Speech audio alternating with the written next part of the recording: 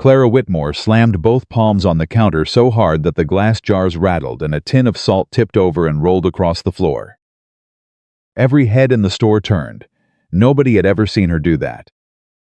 Not once in all the years she had lived in Black Pine Ridge.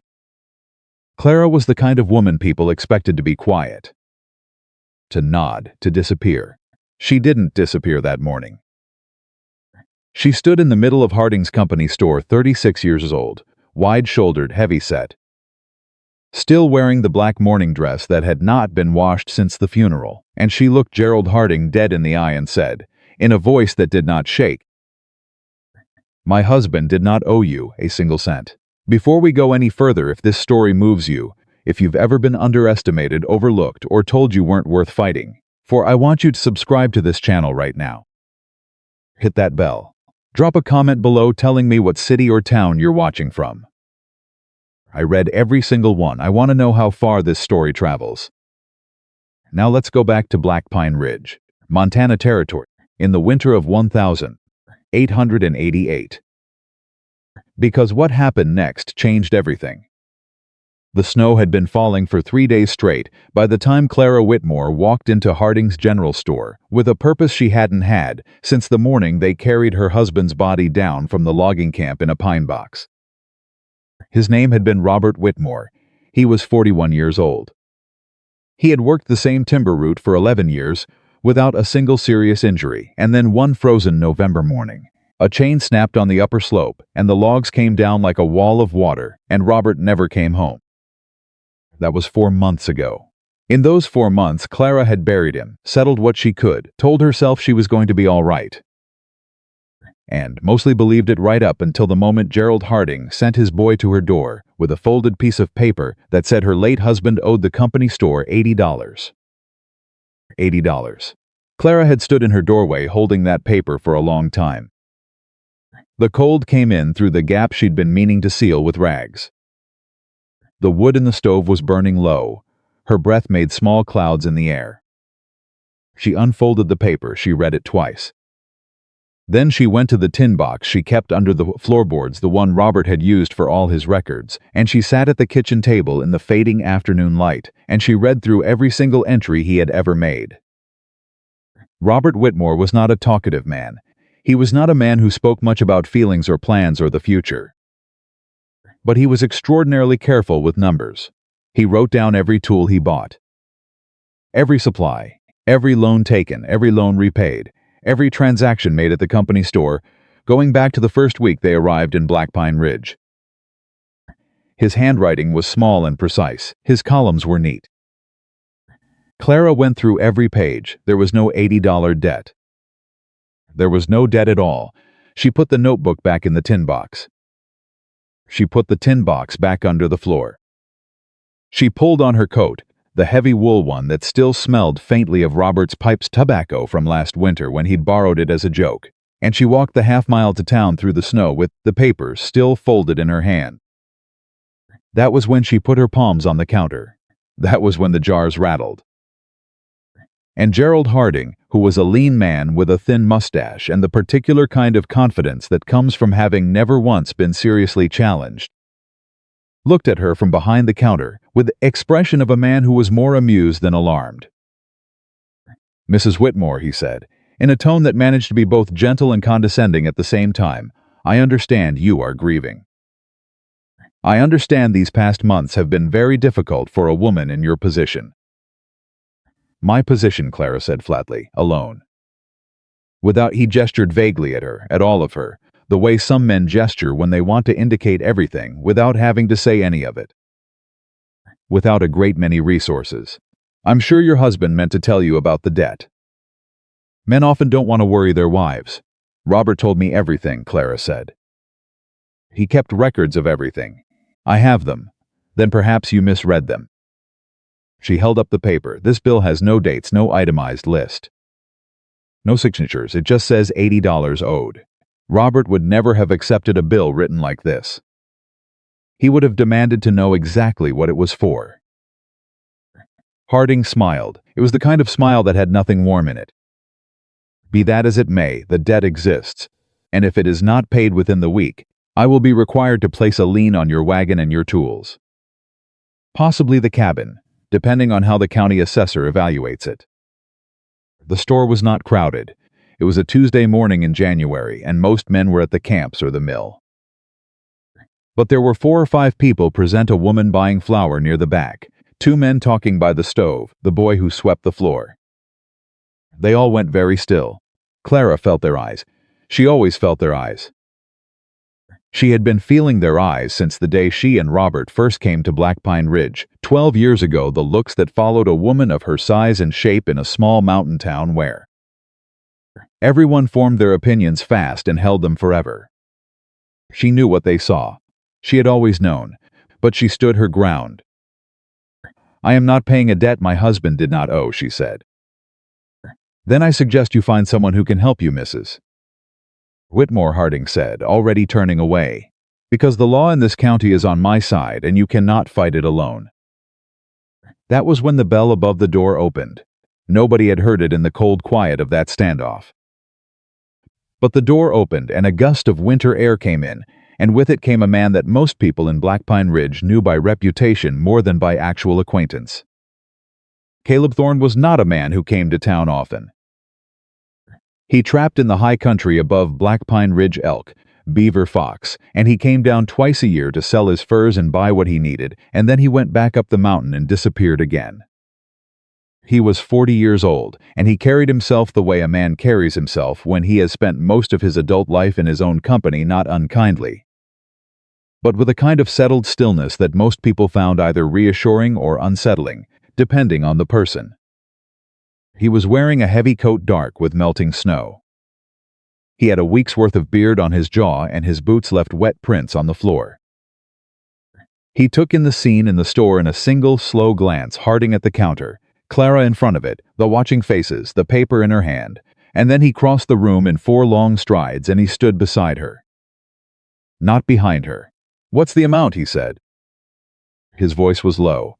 He was looking at Harding. Blinked. He had not expected this. "I beg your pardon. The debt." "What's the amount?" $80. "But this is a private matter between—" Caleb put his hand into his coat and brought out a fold of bills, and he counted $80 onto the counter without another word. The store was perfectly silent. Harding looked at the money. He looked at Caleb. He looked at Clara, who was staring at Caleb with an expression that was somewhere between stunned and furious. Then he picked up the bills slowly, the way a man picks up something he isn't entirely sure is real, and he tucked them into his apron pocket. "Debt's settled," Caleb said, and he turned and walked toward the door, apparently under the impression that the matter was concluded. "Wait," Clara said. He stopped. He turned around. He looked at her, and it was a careful, patient kind of look, at the look of a man who was prepared to wait, even if he wasn't sure what he was waiting for. "I don't know you," Clara said. "Caleb Thorne, I know your name." "I don't know you, and I will not accept charity from a man I don't know." Something moved through Caleb Thorne's expression that might have been surprise, though it was hard to tell through all that stillness. "It wasn't offered as charity," he said. "Then what was it offered as?" He seemed to think about this for a moment. "A loan," he said. "If it makes you more comfortable." "At what terms?" He looked at her for a long moment. "Whatever terms you're willing to meet, ma'am." Harding made a sound from behind the counter that might have been a laugh. The woman by the flour bags was whispering something to the man beside her. Clara could feel the judgment in the room, like a second kind of cold, the kind that came from inside the walls rather than outside them. She knew what they were all thinking. She had spent her whole life knowing what people were thinking when they looked at her. She folded the original bill carefully and put it in her coat pocket. "I will come to your cabin," she said. "I will work until the debt is repaid." "I'm capable of more than you might think." Caleb regarded her steadily. "I don't doubt that," he said, which was not what she expected him to say. Most men would have argued. Most men would have told her it wasn't necessary. Most men would have offered some version of "You don't owe me anything," ma'am said kindly, but with the quiet certainty that a woman of her build, her age, her circumstances, could not possibly be useful in a mountain cabin. He didn't say any of that. He said, "You know where the high trail turns past the eastern ridge?" "I know it. Cabin's 2 miles past the split pine." "Can't miss it."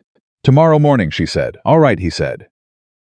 He walked out. The bell rang above the door. Snow swirled in for a second before the door closed. Clara buttoned her coat to the top button and turned to leave without looking at anyone in the store. She made it 3 steps before she heard Mrs. Alderman's voice, the woman with the flower, who had been a fixture of town gossip for 30 years, saying to her companion in the particular carrying whisper of someone who wants to be overheard, "Poor thing. Nobody else would take her in, I suppose." At her size, stopped walking. She took one breath. She turned around. "Mrs. Alderman," she said pleasantly, "your bread has been going flat for 2 seasons because you're using too much soda and not enough heat in the second proof. And your husband's horse has been favoring his left foreleg since October because the shoe on that side is sitting wrong. I noticed both of these things because I pay attention to what's around me. I always have." She turned back around and walked out. She did not hear what Mrs. Alderman said after that. She didn't need to. Outside, the cold hit her face like something solid. The snow was still falling. The street of Black Pine Ridge was narrow and gray, and she could see the end of the road from here, the point where the town just stopped and the mountain began, vast and white, and entirely indifferent to the opinions of Gerald Harding and Mrs. Alderman and everyone else who had ever looked at Clara Whitmore and decided she was less than she appeared. She started walking home. She had a night to prepare. She had work to do in the morning. She was not afraid of either one. Her cabin was small and cold when she got back, and she built up the fire and sat at the table with Robert's tin box open in front of her. She took out his notebook. She went through it again, not because she doubted it, but because she needed the comfort of his handwriting in this particular moment. His careful, precise, meticulous handwriting. Robert Whitmore had believed that facts were protection. He believed that if you kept good records, if you documented everything, if you were scrupulous and exact and methodical, then the truth would always be there when you needed it. He had told her this often enough that it had become the kind of thing you hear but don't entirely absorb, and now, sitting alone in the cabin with the fire snapping and the wind moving against the walls, she finally understood what he meant. He had left her something. He had left her the truth, recorded and preserved, waiting for her to use it. She turned to the pages from the last 2 years of his entries. She read them slowly, and as she read, she began to notice something. A pattern in the numbers. A small discrepancy that she might have missed if she hadn't been looking for exactly this kind of thing, because she had spent 11 years watching Robert watch numbers, and she had learned, by proximity and affection, to see what he saw. She set the notebook down. She put her hands flat on the table, and she looked at the wall for a long moment. Then she very carefully marked the pages she needed with small strips of cloth torn from the hem of her apron. She was not ready to say what she thought she had found. Not yet, not until she had more time to look at it properly and be certain. But she had a feeling, the particular kind of feeling that sits low in your chest and doesn't make noise but doesn't go away, that the $80 debt was not the only thing Gerald Harding had invented. She packed the notebook back in the tin box. She packed the tin box into her bag. She took it with her when she went to bed and she put it on the floor beside her head, the way you keep something valuable close when you are the only one left to protect it. In the morning, she rose before the light came up. She made coffee. She ate. She checked the temperature cold enough that her breath fogged inside near the window, and she dressed in her work clothes, the heavy brown dress, the 2 pairs of wool stockings, the coat Robert had bought her the winter before last that she had never quite fit into perfectly, but that was warm enough to matter. She pulled her hair back. She looked at herself in the small cracked mirror above the wash basin, for a moment 36 years old, broad and solid and tired around the eyes. With Robert's death still sitting on her face the way grief does when it hasn't finished with you yet, and she said to herself, out loud in the empty cabin, "You are not going up that mountain to be saved." Then she picked up her bag and she walked out the door. The world was gray-white and silent in the pre-dawn cold. The trees along the trail stood black against the sky. She could see her footprints from the walk home yesterday, already half filled with new snow. She followed the high trail east. She found the split pine. She went 2 miles past it. The cabin was exactly where he said it would be. Smoke was already coming from the chimney. Light was in the window. Clara stood at the edge of the clearing for a moment, looking at the cabin. It was bigger than she expected, built for durability rather than comfort. Heavy logs, a steep roof designed for snow load, a lean-to on one side that served as a workshop space. She could see from here that the pulley system hanging above the lean-to doorway had a broken wheel. She could see from here that the woodpile was stacked wrong, the split faces inward instead of out, which meant it was trapping moisture. She noticed these things the way she always noticed things. Without thinking about it, without deciding to. Just noticing. She crossed the clearing. She knocked on the door. He opened it after a moment, holding a coffee cup. He looked at her, then at the sky, then back at her. "It's not yet full light," he said. "I know," she said. "I wanted to start before it was." Something in his expression shifted, not much, but something. "Come in then," he said, and stepped back to let her through. The inside of the cabin was clean but rough, a man's space built for function. She could see immediately what was working and what wasn't, the way you see a familiar machine and know, without being told, exactly which part is straining and which is about to fail. She set her bag down on the bench by the door. "I'll need to know what needs doing first," she said. He looked at her for a moment over his coffee cup. "Pulley on the lean-to," he said finally. "Wheels cracked. Can't load the sleds without it. I saw that when I came in," she said. "What else?" he told her. She listened to all of it, not just the words, but the order he said them in, which things he mentioned first, which things he mentioned last, which things he didn't mention at all, because he'd given up expecting them to be fixed. She had done this her whole life. You could learn more about a person from what they didn't say than from what they did. When he finished, she said, "All right, I'll start with the pulley." "You know how to repair a pulley system?" "I know how to repair most things," she said simply. He looked at her for another moment. That careful, patient look again. Then he said, "There's coffee on the stove," and he went back to what he'd been doing. Clara took off her coat. She hung it on the peg by the door. She rolled up her sleeves, and she went to work. The pulley wheel was cast iron, cracked along the inner race from cold stress. She found the spare parts in the corner of the lean-to, not where they should be, not organized in any way that made finding them efficient, but there. She sorted through them with quick, certain hands, finding what she needed and setting aside what she didn't. She fixed the pulley in under 2 hours.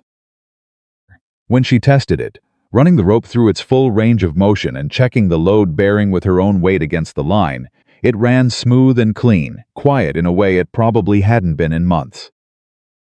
She found Caleb watching from the lean-to doorway. "It'll hold now," she said. He came over. He ran the rope through himself, checked the wheel, pressed his thumb against the housing to test the set of the repair. Then he straightened up and looked at her with an expression she was not entirely sure how to read. "Where'd you learn that?" he said. "Robert," she said.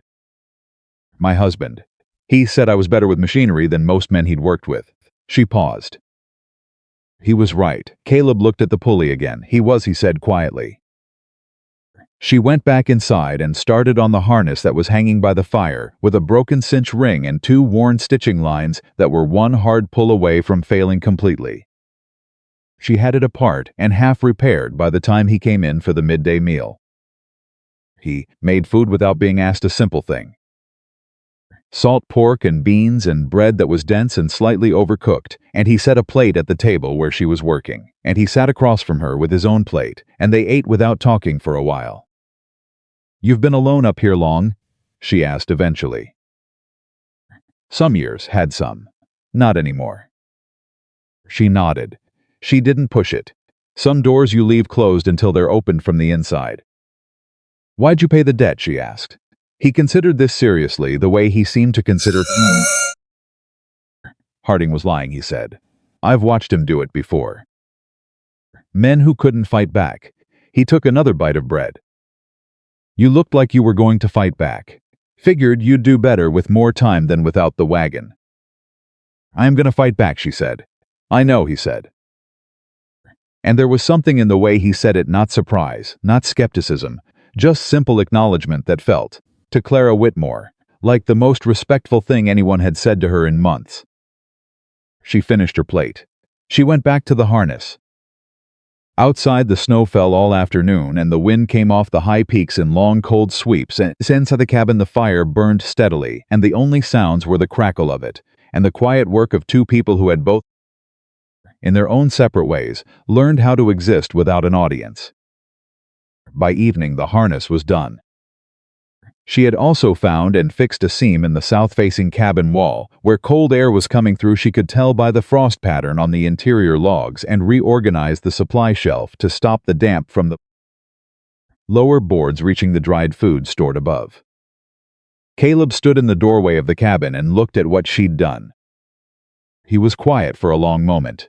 You don't have to go back tonight, he said finally. Trail be icy. You can take the back room. Clara looked at him levelly. I'm not staying for comfort, she said. I'm staying because the work's not finished. I know that, he said. That's why I offered. She thought about it. She thought about the cold walk back down the trail, and the empty cabin waiting at the bottom of it, and the tin box with Robert's notebook sitting on the floor. All right, she said. She stayed. And in the night, after the fire had burned low and the cabin was dark and she was lying on the narrow cot in the back room with her coat over her as an extra blanket, she heard the wind moving over the roof, huge and far away and entirely indifferent, and she thought about what she had found in Robert's notebook. The pattern in the numbers, the discrepancy. She thought about it for a long time before she slept. By morning she was certain, and what she was certain of was much larger than $80. It was much larger than one debt. It involved every family in the valley who had ever run a tab at Harding's company store. She lay still in the gray morning light with the certainty settling into her bones like cold water, and she thought, Robert knew. He documented enough that someone who was looking carefully would see it. He kept the records. He left them for her. He didn't know he was going to die. But he kept the records anyway, because that was who he was. And she was going to use them, because that was who she was. She got up. She dressed. She went out to start on the woodpile, because it was going to take half a morning to restack it properly, and there was no point in waiting. And Caleb Thorne, who had lived alone on this mountain for longer than he cared to count, and who had long since stopped expecting that the world had anything new to show him, came out of the cabin with 2 cups of coffee and stood in the early light watching the woman he thought he'd saved methodically, efficiently. Without any apparent awareness of how extraordinary she was restacking his entire woodpile from scratch. He stood there for a full minute. Then he handed her a cup and picked up logs from her sorted pile and started handing them to her in the right order without being asked. She glanced at him sideways. He kept his eyes on the woodpile. You learn fast, she said. I pay attention, he said. She didn't say anything to that, but something in her face shifted just slightly, just for a moment, in a way that had nothing to do with woodpiles or pulley systems or the cold morning air. She drank her coffee. She kept working. The mountain was silent above them. And somewhere in her bag, tucked inside a tin box, wrapped in careful handwriting that had survived the death of the man who made it, the truth waited for her to bring it home. The woodpile took until mid-morning. When the last log was set and the stack stood clean and tight with the split faces out the way they should have been all along, Clara stepped back and pressed both hands against the fabric and breathed out slowly. The cold air came in sharp against her teeth. Caleb was still beside her. He had not left. That surprised her in a quiet way. Most men, once they understood that she did not need supervision, drifted back to their own work. He stayed. He handed logs when she needed them, and stayed out of her way when she didn't, and said nothing that wasn't useful. She had worked beside Robert for 12 years. She knew the difference between a man who stayed because he felt responsible for you, and a man who stayed because he was genuinely paying attention. Caleb Thorne was paying attention. She picked up her coffee cup from the top of the fence post where she'd set it.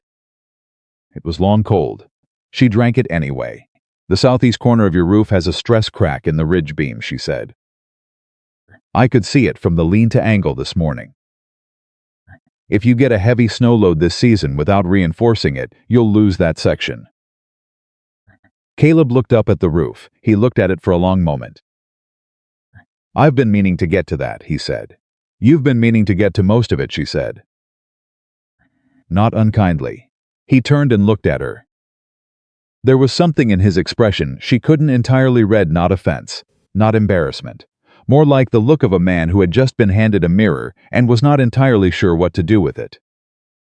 You always talk this plain, he asked. Always, she said. He was quiet for a moment.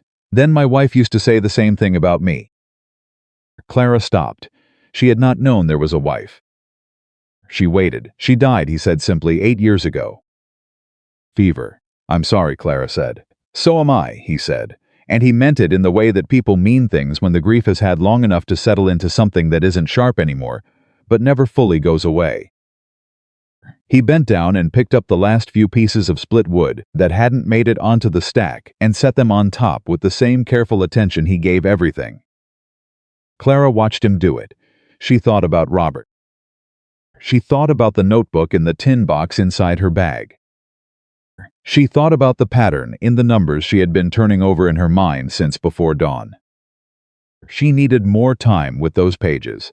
She needed to be certain before she said anything to anyone. She was almost certain now. She went inside. She pulled the tin box from her bag and set it on the bench, and she opened it and took out the notebook and turned to the marked pages while the warmth from the stove came back into her fingers.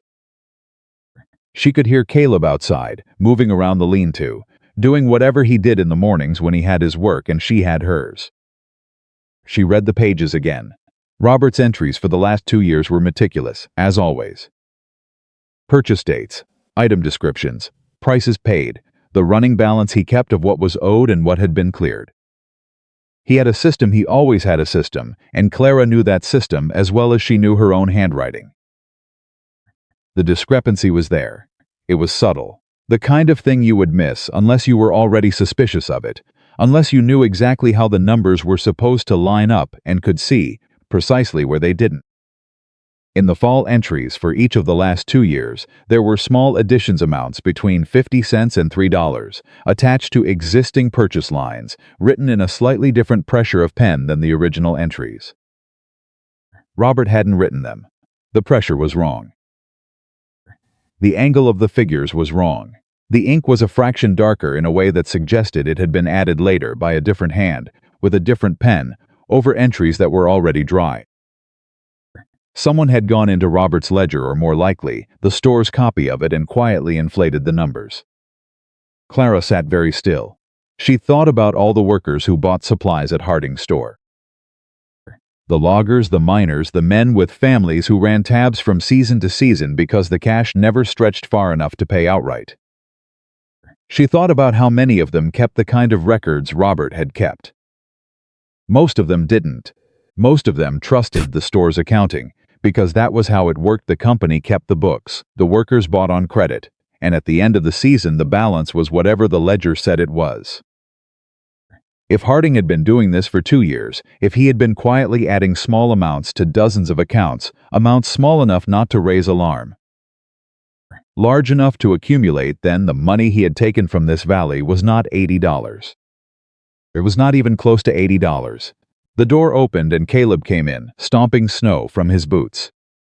He stopped when he saw her face. "What is it?" he said. Clara looked up at him. She had been keeping this to herself since last night. She had wanted to be sure.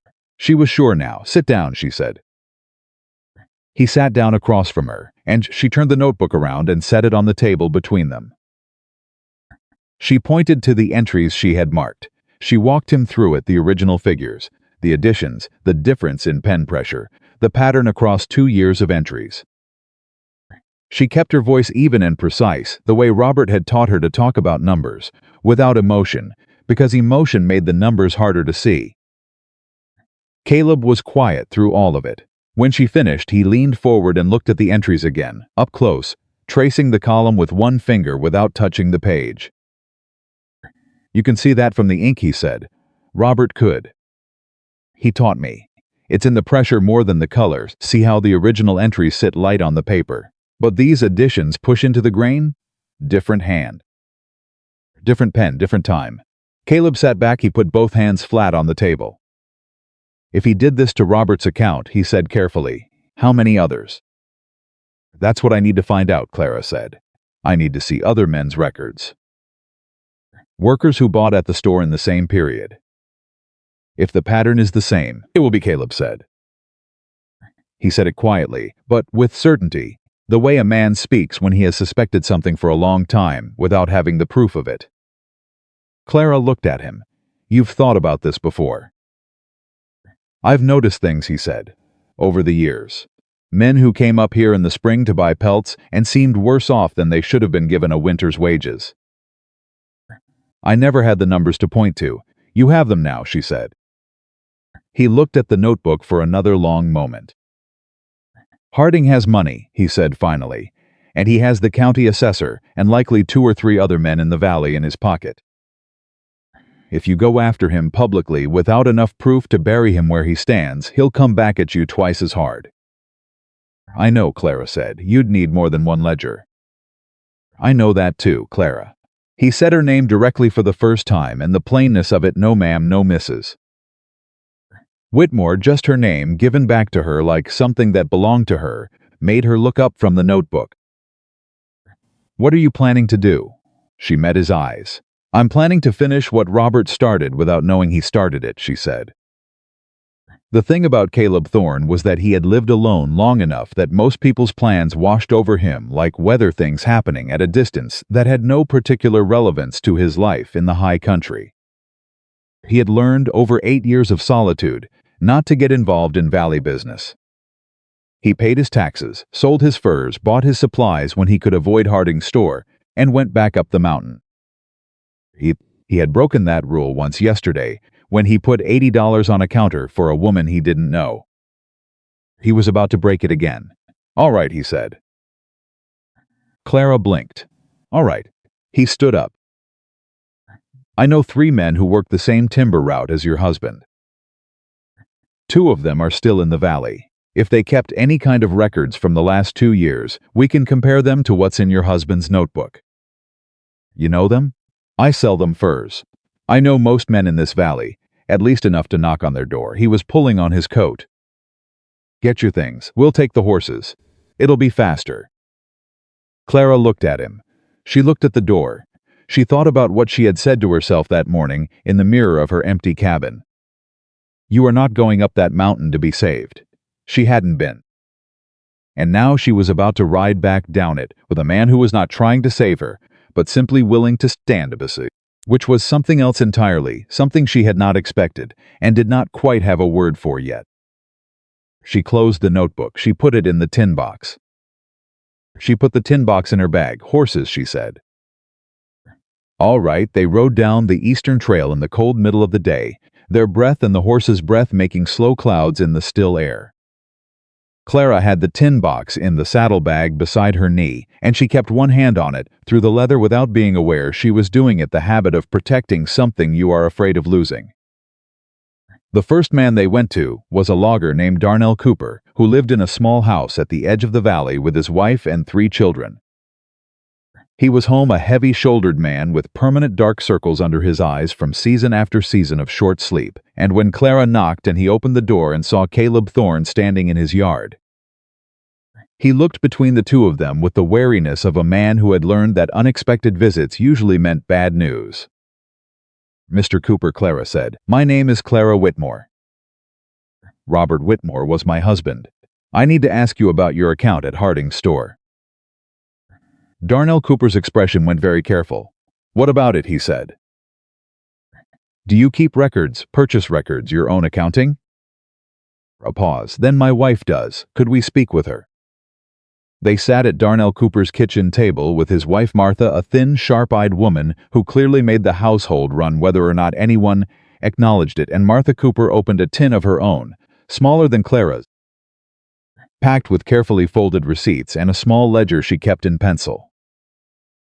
Her handwriting was large and round, easier to read than Robert's small, careful script, and she pushed the ledger across the table to Clara without being asked, as if she had been waiting for exactly this conversation for longer than she cared to say. Clara opened it. She found the fall entries. There they were. The same additions. The same slightly heavier pen pressure. The same pattern amounts between 50 cents and $4 inserted beside existing purchase lines, accumulating quietly over 2 years of accounts. Martha Cooper watched Clara's face, and then she said, very quietly, "How much?" "Over the 2 years, the additions in your ledger come to roughly $11, Clara said. Martha Cooper pressed her lips together. Her eyes went flat and sharp in a way that had nothing to do with tears. "We went without new boots for the children 2 winters running," she said, "because we were always a few dollars short of what we needed after the store tab was paid." The room was very quiet. Caleb was standing by the door. He had taken his hat off and he was holding it in both hands in front of him, and he said nothing, but his jaw was set in a particular way that Clara was already learning to recognize. "Martha," Clara said, "can I borrow this ledger? I will protect it. I will return it." Martha looked at her for a moment. Then she looked at Caleb the way women sometimes look at a man, not to ask his permission but to take his measure. Whatever she saw appeared to satisfy her. "Take it," she said. "And you find every other family he did this to." The second man, a former logger named Silas Pruitt, had sold his account records to settle a different debt 2 years ago and had nothing in writing. But he sat across from them at his kitchen table and described the confusion he'd felt when his fall balance came out higher than he had calculated, a confusion he had eventually dismissed as his own error, because Harding had been so certain, so authoritative, so quietly dismissive of Silas's attempts to question it.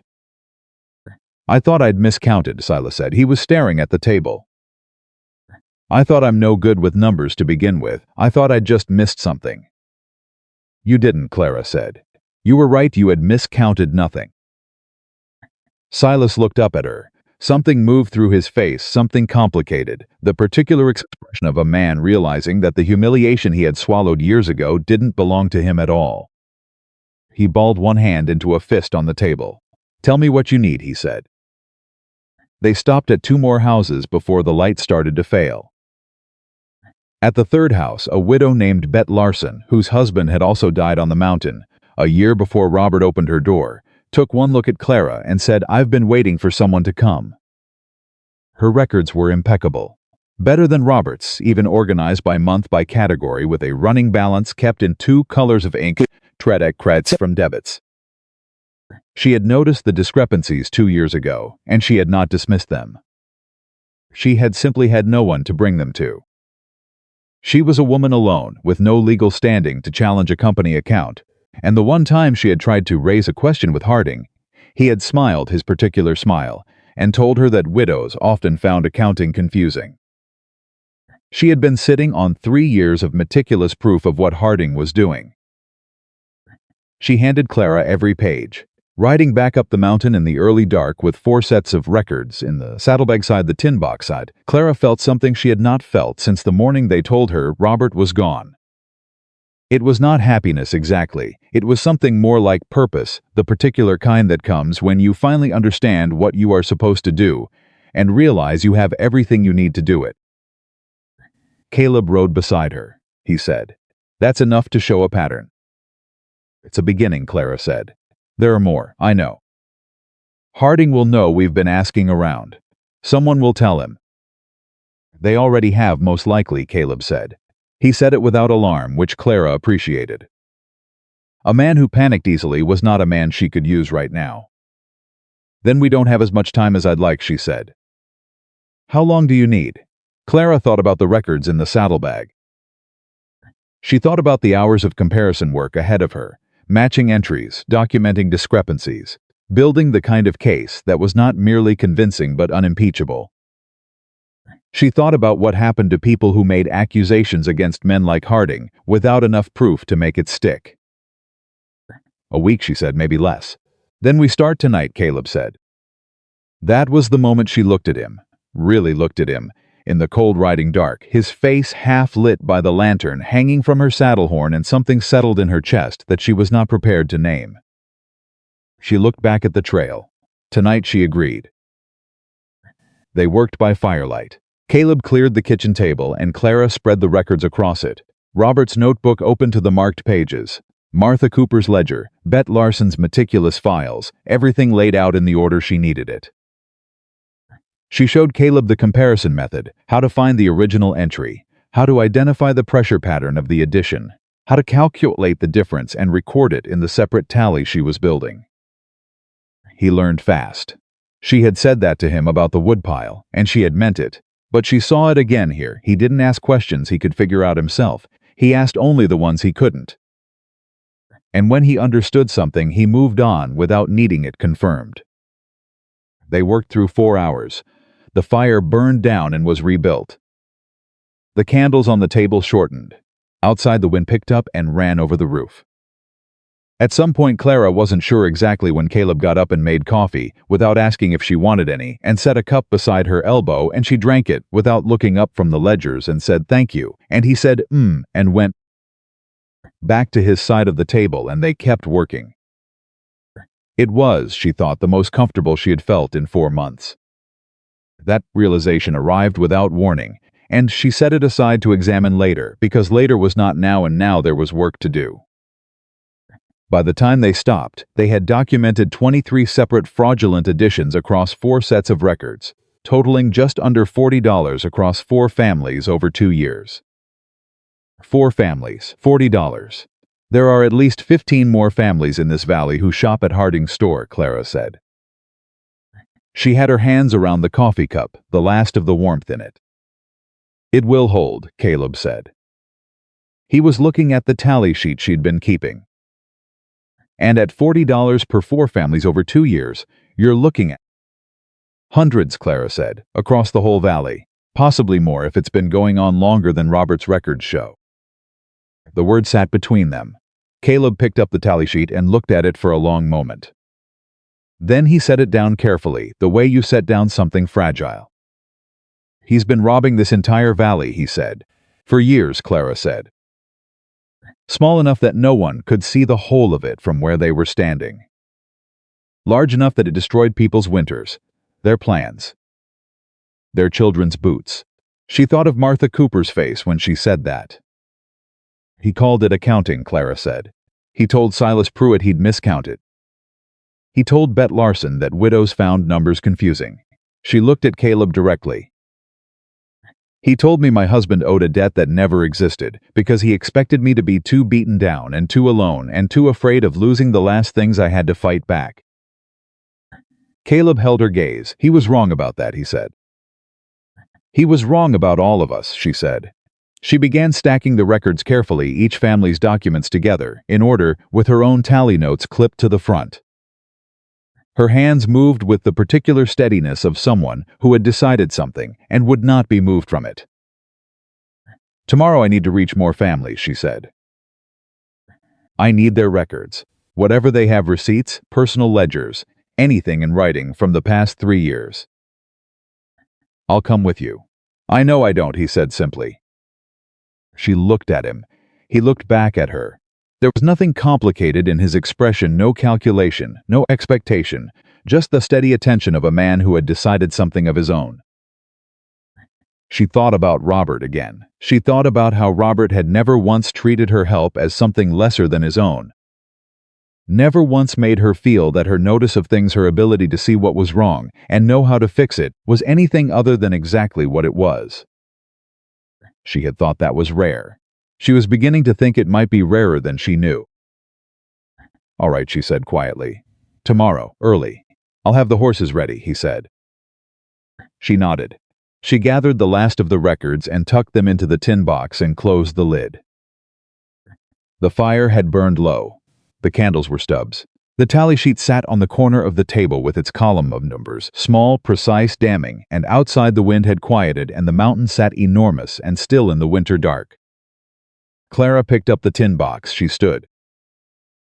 And Caleb Thorne, who had paid $80 for a woman everyone expected to disappear quietly into her widowhood and cause no further disruption to the ordinary business of Black Pine Ridge, looked at her across the cleared table and said, You know he'll come for those records when he figures out what you're doing. I know, she said. He won't come politely. I know that too. Are you afraid? She considered the question seriously. She turned it over the way she turned over numbers, looking at it from every side, checking what was real and what was assumption. Yes, she said finally. But being afraid of something and stopping because of it are two different choices. Caleb looked at her for a long moment. Your husband was a smart man, he said quietly. He was, she said. He also married a smart woman. Something in Caleb's face shifted, not a smile exactly, but the thing that lives just beneath one, in the place where feeling moves before expression catches up to it. She went to bed. She lay in the dark of the back room with the tin box against her side, and she listened to the mountains settle around the cabin, the creak of logs, the far-off sound of wind above the tree line, and she thought, tomorrow. More families, more records, more proof. And underneath that thought, quieter, the one she was not quite ready to say out loud. Harding already knew Robert was keeping records. Robert had been too careful, too precise, and eventually that precision had made him dangerous. A chain snapped on the upper slope. Men died in logging accidents all the time. She pressed her hand flat against the tin box. She did not sleep for a long time. But when she did sleep, she did not dream. She was too tired for dreaming. She was saving everything she had for what came next. And what came next was going to require every bit of it. The next morning came fast and cold, and Clara was up before Caleb again. She had the tin box open on the table and was making notes by the time he came out of his room, pulling his suspend up over his shoulders and stopping short when he saw her already working. He stood there for a moment in the doorway between the rooms, looking at her the way a man looks at something he has not yet figured out how to account for in his understanding of the world.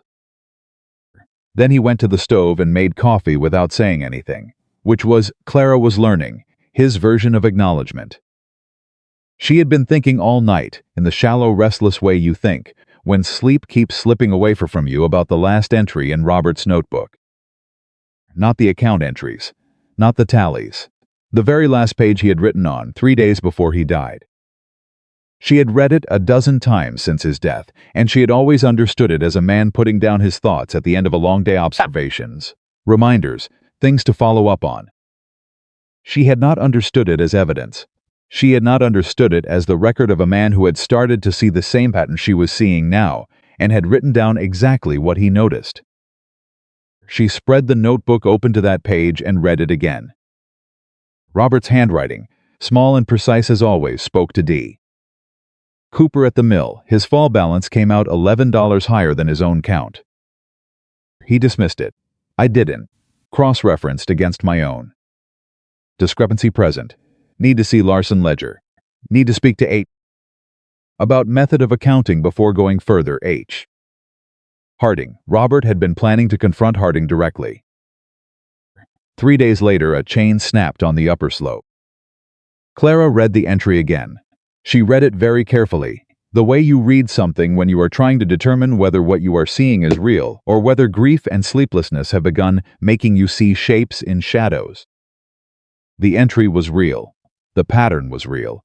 And the question that had been sitting in the back of her mind since the night before, the one she had pressed down because she was not ready for it, rose up now and refused to be pressed down any further. Was it an accident? Caleb set the coffee cup beside her elbow. She looked up at him. She held his gaze for a moment. Then she turned the notebook around and pointed to the last entry and let him read it. He read it. He read it again. He straightened up. The expression on his face was not surprise. That was what told her most. You already thought about this, she said. I thought about it the first night, he said. His voice was very quiet. When you told me Harding had come after you, with the debt 2 weeks after Robert died, I thought about it. You didn't say anything. I didn't have enough to say it with. Now I do. Clara closed her hands around the coffee cup. The warmth of it moved up through her palms and into her wrists. If what I think is true, she said, then this is not just fraud. No, he said. Then we can't just go to the county assessor with ledger discrepancies. She looked at the notebook. We need the logging company's records. We need to know who ordered that chain. We need to know who knew it was faulty and put it in service anyway. Caleb pulled out the chair across from her and sat down. He leaned forward with his forearms on the table. The logging company's foreman is a man named Rhett Duggan, he said. He's been with the operation 15 years.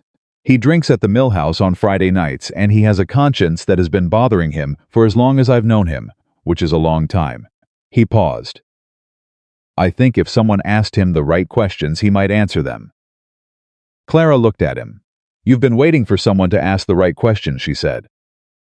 I've been waiting for someone with enough reason to ask them, he said. And enough proof to make the answers matter. She held his gaze for another moment. Then she picked up her coffee and drank and set the cup down and said, Finish your coffee.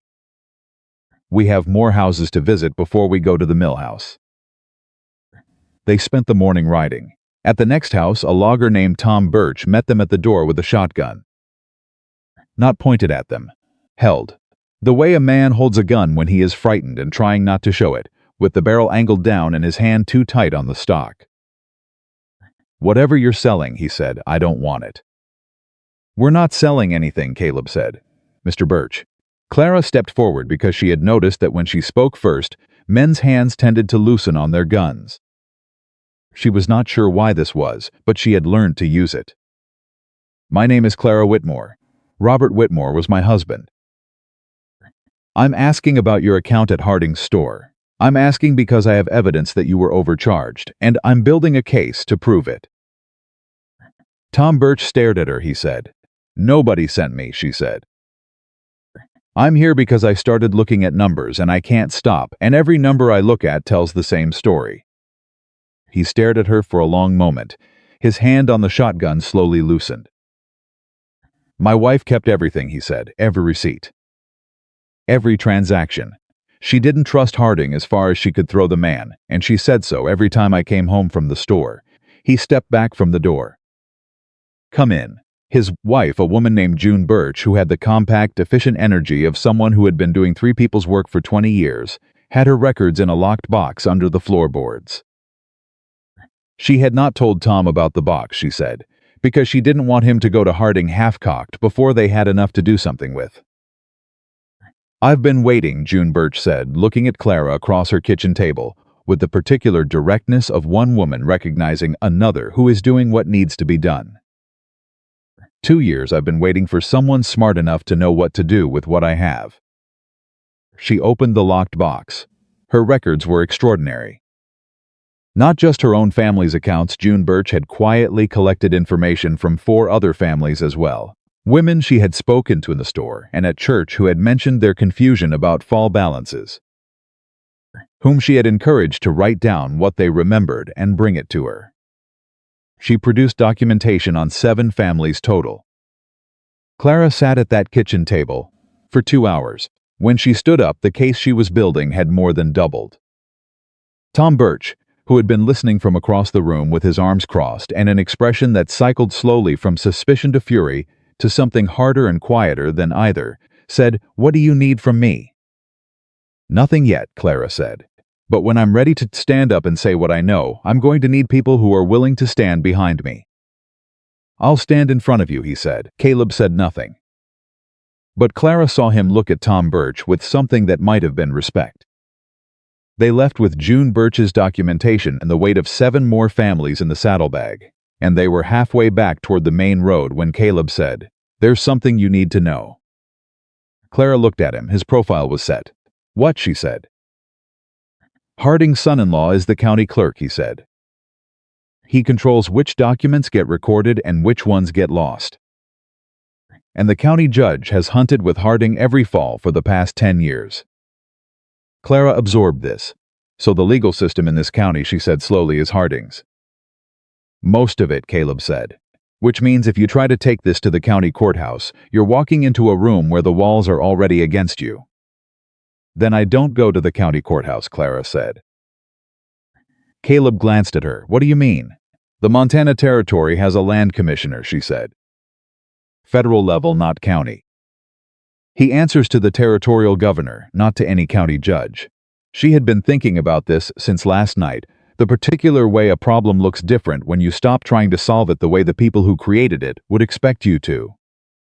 If the fraud is large enough, if I can demonstrate that Harding has been operating a systematic scheme across multiple workers and families, it becomes a federal matter. It goes over the county's head entirely. Caleb was quiet for a moment. Do you know anyone at the territorial level? He said. No, she said. But I know how to write a letter that cannot be ignored. He looked at her with that steady, patient attention. Robert taught you that too, he said. No, she said quietly. That one I knew on my own. They reached the mill house at 4 in the afternoon, when the light was already going gray-gold and thin in the winter sky. The saloon was not crowded at that hour, a few men at the bar, a card game in the corner that looked more habitual than enthusiastic, and Rhett Duggan was where Caleb said he would be.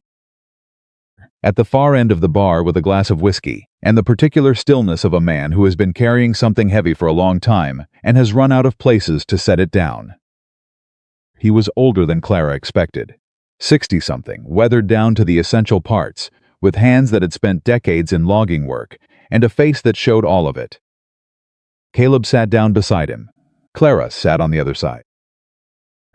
Duggan looked between them. Thorne, Rhett, Caleb said.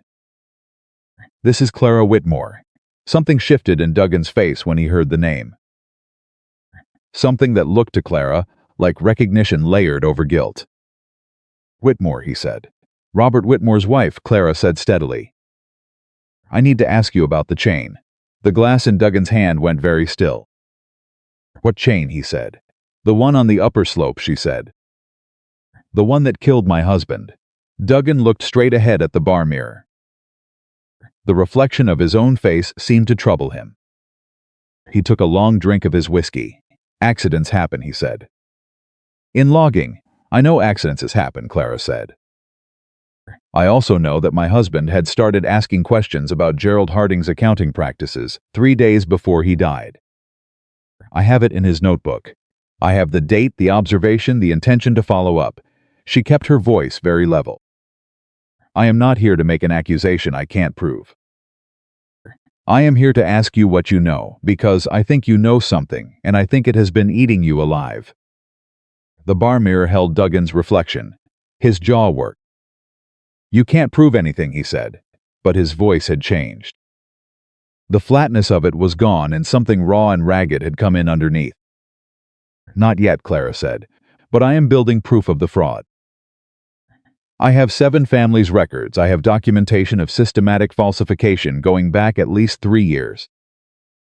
And once the Territorial Land Commissioner starts looking at the broader financial operations of a company's store that sources supplies through a logging operation with federal timber contracts, she paused just long enough. They will look at everything, including equipment maintenance records. Duggan set his glass down. I didn't know, he said. The words came out like something breaking. Didn't know what? Clara said. He turned and looked at her directly for the first time. His eyes were red at the rims in the way of a man who has not slept well in months. I didn't know he was going to do something with it, he said. He came to me a week before and he asked me about the upper slope chain. Was it due for inspection? Was it flagged in the log? Had I put in the report yet? I told him I'd flagged it and hadn't put in the report yet. It was on my list for the end of the week. He stopped. He looked at his glass. Monday morning, Robert Whitmore was on that slope. The chain gave way. His voice dropped to almost nothing. The report for that chain was filed in my name 3 days after his death. I never wrote it, but it was filed in my name. The bar was not quiet. There was still the low murmur of the card game, the distant sound of the barman at the other end, but it felt, in that particular moment, absolutely silent. Clara's hands folded on the bar in front of her did not move. She had thought about this. She had turned it over in the dark last night and told herself she was not certain. She had told herself she was building to a hypothesis that might not be true. But some part of her had known. Some part of her had known since she read the last page of Robert's notebook. Rhett, Caleb said very quietly. Are you willing to say that to someone who can do something with it? Duggan picked up glass. His hand was not steady. I'm an old man, he said. I'm tired of carrying it. Then put it down, Clara said. He looked at her. She held his gaze without flinching. And something in Rhett Duggan, the last piece of resistance, the last calculation of self-protection against the weight of what he had been holding, gave way. I'll write it down, he said. Whatever you need. I'll sign it. Clara reached into her coat and produced a folded sheet of paper and a pencil she had put there that morning before they left the cabin, because she had hoped and prepared for exactly this moment. She set them on the bar in front of him. Start from the beginning, she said. He wrote for 20 minutes. His handwriting was labored, the handwriting of a man unused to putting words on paper, but it was legible and it was specific dates, conversations, the chain designation number, the name of the man who had filed the fraudulent maintenance report, the context of Harding's questions in the week before Robert died. When he finished, Clara read it. She read every word. Then she folded it carefully and put it inside her coat, against her chest, close to where she kept the tin box when she couldn't hold it with her hands. Thank you, she said. Duggan looked at the bar. I'm sorry, he said. About was a good man. He was, Clara said. And he kept good records, which is the best thing he ever did for me, next to marrying me. She stood up from the bar stool. Caleb stood with her. Outside, the cold hit them both. The horses were at the rail, patient and still. Clara stood beside hers for a moment and did not move. Caleb stood beside her. Are you all right, he said. No, she said honestly, but I will be. She had the statement in her coat, and the records in the saddlebag, and the truth about her husband's death folded and pressed against her chest, and the fury she felt was so deep and so clean that it didn't feel like fury anymore. It felt like a tool, something with an edge, shaped for a purpose. She put her foot in the stirrup and swung up. I need to write that letter tonight, she said. Then we write it tonight, Caleb said. They rode back up the mountain in the last of the light, and in the cabin that had been Caleb's alone for 8 years and now smelled, he realized, of coffee and cedar oil, and work. Clara's presence having settled into the space the way a necessary thing settles, not intrusively, but completely. They spread everything on the table. The records, the tally, Duggan's statement, the last page of Robert's notebook. Clara sat down and pulled the blank paper toward her and picked up the pen. She wrote the letter to the Territorial Land Commissioner's office in Helena in one continuous draft, because she had been composing it in her head since the night before, and she knew exactly what it needed to say. She wrote with the directness of a woman who understood that the person reading it would have no patience for anything that wasn't essential, and who had learned from Robert that facts, presented clearly and in order, were the most powerful argument available to anyone who had them. She wrote for an hour. When she finished, she set the pen down and passed the letter across the table to Caleb. He read it slowly. He read all of it. Then he set it down and looked at her with an expression she had not seen on his face before. It took her a moment to identify it, because it had been a long time since anyone had looked at her that way. It was the expression of someone who is genuinely in the presence of someone extraordinary, and knows it and is not trying to hide it. It has to, she said. It will, he said. Not to reassure her, as a statement of observed fact. She folded the letter, she sealed it. She'd addressed it to the Territorial Land Commissioner's office and set it on top of the tin box to go out on the morning mail rider. Then she sat back. For the first time in 4 months, she was not bracing for what came next. She was not measuring her grief against her courage and hoping the second outweighed the first. She was not afraid of the empty cabin at the bottom of the mountain. She was sitting across a table from a man who had paid $80 for a woman everyone expected to fold quietly into her loss, and instead she had built a case that was going to bring down the most powerful man in Black Pine Ridge. The fire crackled. The mountain was enormous and quiet outside. He'll find out the letter was sent, Caleb said. I know, Clara said. When he does, I know, she said again. Caleb looked at the fire. His jaw was set, that particular way she had learned. I'll be here. She looked at him. He looked back at her. I know that too, she said quietly, and outside, somewhere above the timber line, the wind moved across the mountain in long sweeping arcs. and the cabin held against it, as it had held against every winter that had come before, warm and lit, and full of the particular kind of silence that exists not in the absence of things, but in the presence of everything that matters. Clara pulled the tin box toward her. She opened it. She looked at Robert's notebook one more time. Then she closed the lid and pressed her hand flat on top of it and said inside herself what she could not yet say out loud. I know what happened. I know who did it.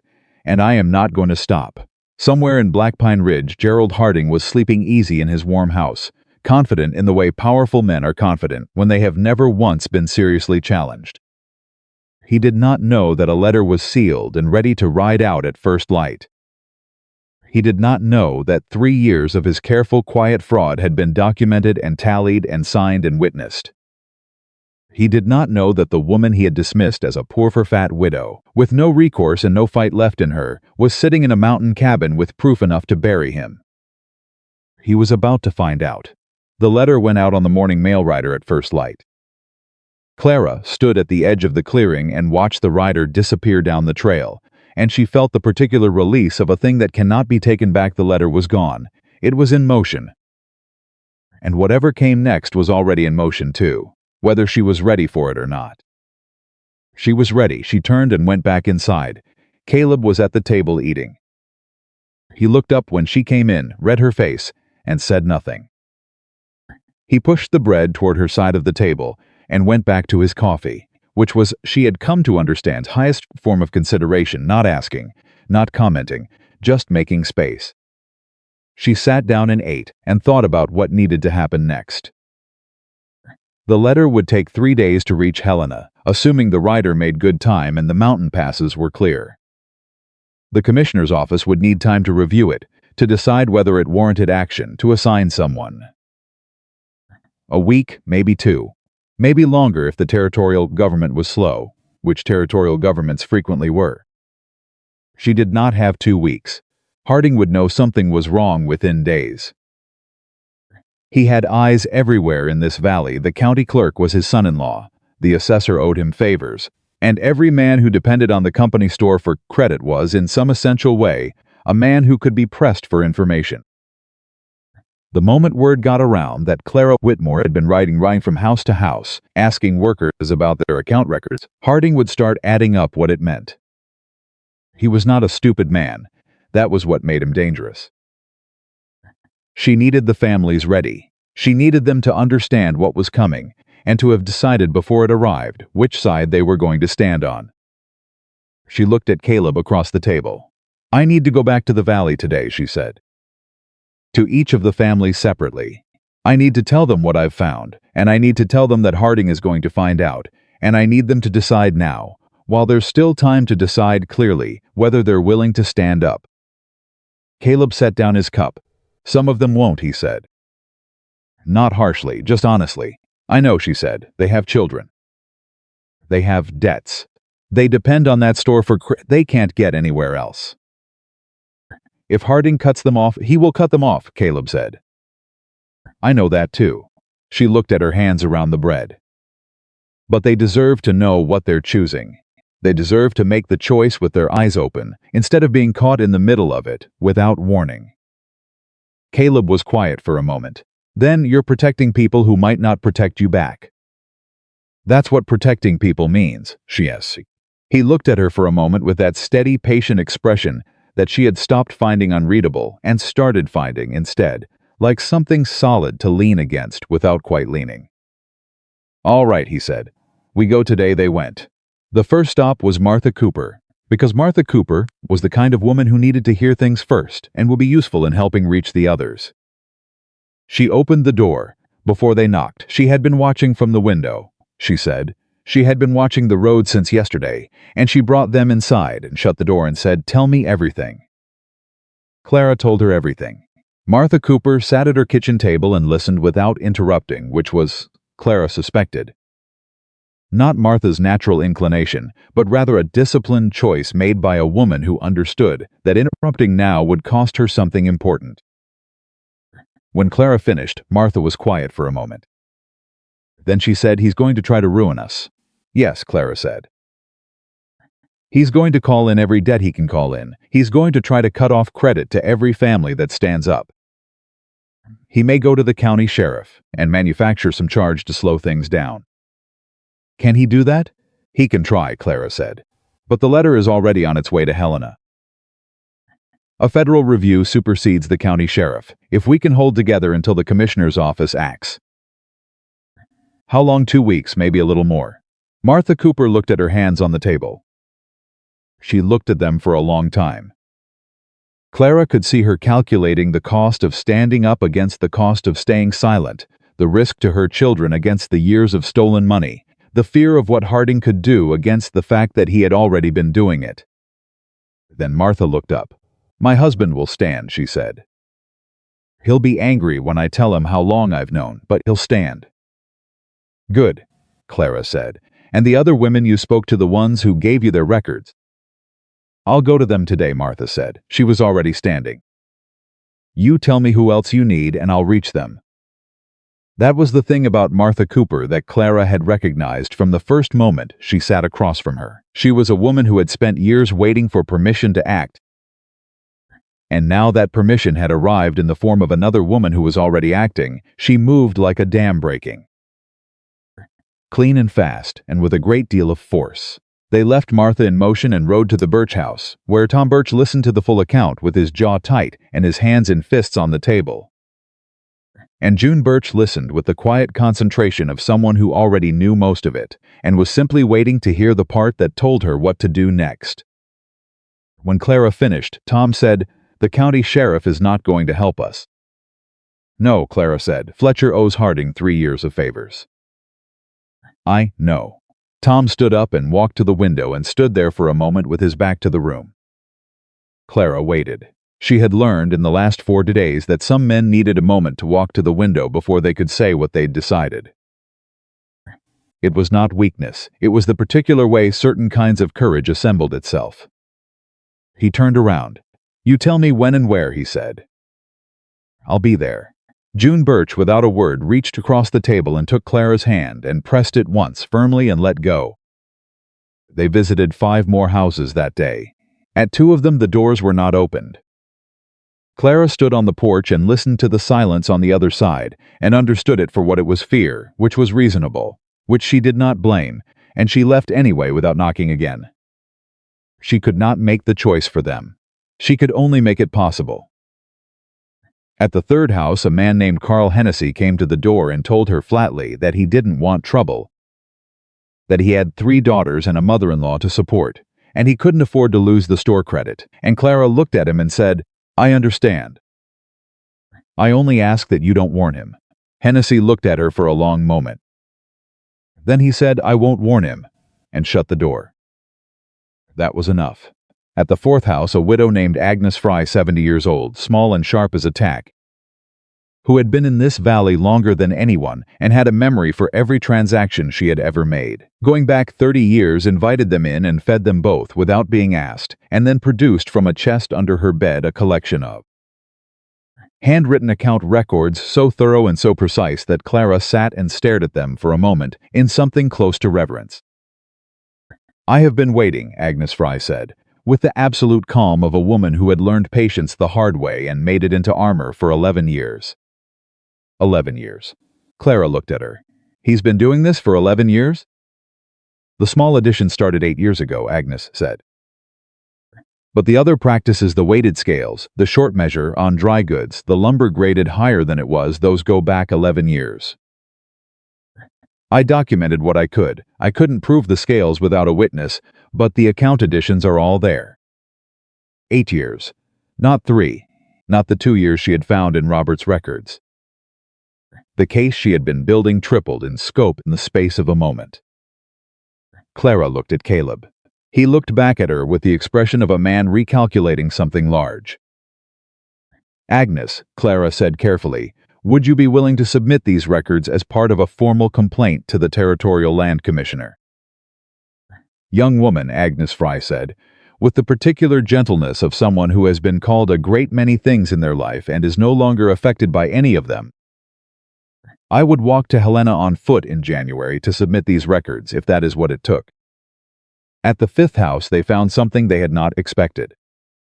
A man named William Prentice, one of Harding's own store clerks, a young man of about 25 who had worked the counter for 4 years, was waiting on his front porch as if he had known they were coming. He was pale, and his hands would not keep still. "I heard you've been talking to people," he said, before either of them spoke. "We have," Clara said. "I need to tell you something," he said. "Something I've been trying to figure out how to say for 2 years." They went inside. William Prentice had been the man who physically added the false entries to the store ledgers. Not willingly, or rather, not with full understanding of what he was doing at first.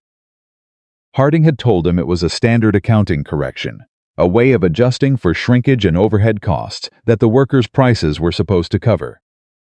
It had taken Prentice 8 months to understand that what he was doing was fraud, and by then his own name was on enough ledger entries that Harding had quietly made clear that if anyone looked closely at the books, Prentice would be the most visible signature on them. He had been trapped. He was still trapped. He was shaking slightly as he said all of this, and Clara sat across from him and listened without interrupting, the way she had learned to listen from Robert, and when he finished she said, "How much of the original alteration is in your handwriting versus Harding's?" He blinked. "What? The ledger entries, the false additions." "How many did Harding make himself?" Prentice thought. "Maybe 1 in 10, he said. "The first few when he was showing me the system. After that it was always me. He never touched the books directly after the first month." "Can you identify his handwriting in those first entries?" "Yes, I was there. I watched him make them." Clara looked at Caleb again. This was the piece she had not had. Harding had been careful enough to use a clerk's hands, to keep his own signature off the fraudulent additions, to create the kind of plausible distance that a good lawyer could exploit if it came to that. But he had made the first entries himself. He had shown Prentice the system. And Prentice had been there. "William," she said, "do you understand that if you cooperate with a federal investigation, your cooperation will be documented and will distinguish your role from Harding's?" He looked at her with the raw, frightened eyes of a young man who had spent 2 years being afraid. "Will I go to prison?" he said. "I can't promise you anything," she said honestly. "But a man who was coerced and who cooperates fully is treated differently than a man who planned it." "That is true in most courts." She paused. "What I can promise you is that if you say nothing and Harding goes down anyway, and I intend to make sure he goes down, your name is on those ledgers and you have no explanation on record." Prentice was very still. Then he said, "What do you need me to do?" They left his house an hour later with a signed statement, a list of every ledger in the store that contained false entries, and a description of where those ledgers were kept and how they were organized. The key to Harding's own records. Clara held the statement inside her coat all the way back up the mountain and did not say anything for a long time. Her mind was moving fast through what she had, what it meant, what would happen when she went public, how to sequence it, so that Harding had no angle to come at her from that she hadn't already covered. Caleb rode beside her and let her think. After a while he said, "You've got him." "Almost. What's missing?" "The chain," she said. Duggan's statement tells us what he told Harding and what Harding knew. It tells us the maintenance report was filed in Duggan's name without his knowledge. But it doesn't tell us who physically filed the false report. That's one step we're missing. Caleb was quiet for a moment. Then the logging company's operations manager handles the maintenance filing system. Man named Boyd Carver. He came to me 2 winters ago to buy furs, and he drank too much, and he said something strange. He said there were things about this valley he wished he didn't know. He paused. I didn't ask what he meant at the time. You know where he lives, Clara said. I know where he boards, Caleb said, other side of the valley. Near the mill. Tomorrow, Clara said. Tomorrow, he agreed. They had been back at the cabin for less than 2 hours when they heard the horses. Not one horse, several. 4 or 5 moving fast up the trail, which was not how people came to call on Caleb Thorne. People who came to call on Caleb Thorne came slowly, because they were uncertain of their welcome, because the trail was steep, because his reputation as a man who preferred solitude was well established in this valley. 4 horses moving fast meant something else entirely. Caleb was at the window before Clara had even processed what the sound meant. He was very still, the way he went still when he was assessing something dangerous. Harding's men was on her feet. She went directly for the tin box. She picked it up and held it and looked at Caleb and said, "How long?" 2 minutes. Maybe less. She looked around the cabin at the records still spread on the table, at Duggan's statement, at Prentice's list, at Agnes Fry's 11 years of documentation. All of it out in the open.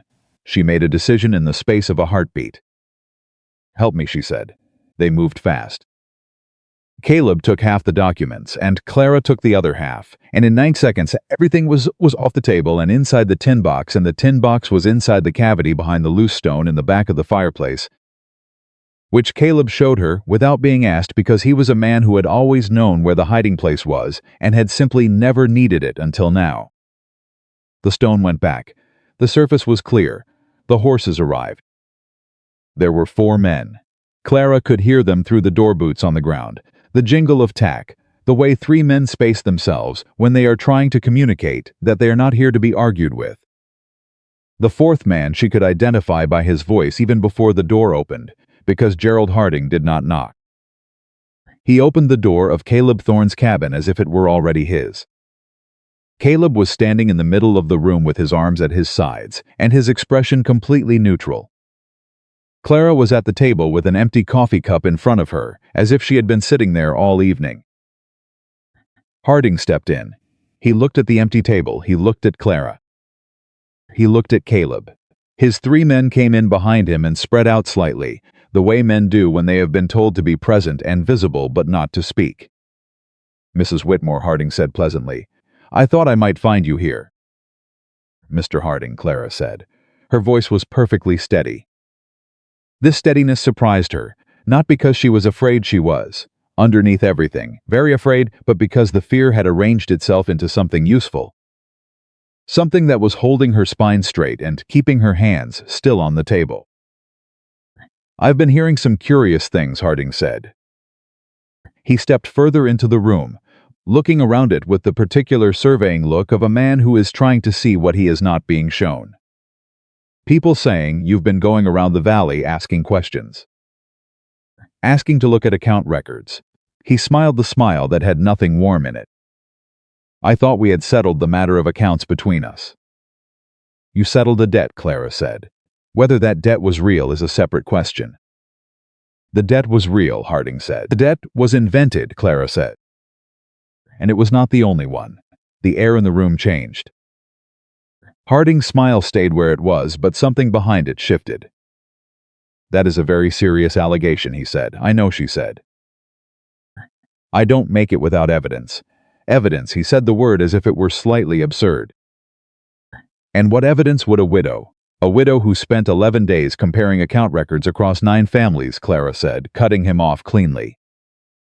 "A widow who has documented 23 separate fraudulent additions to those accounts, totaling over $90 across the families examined.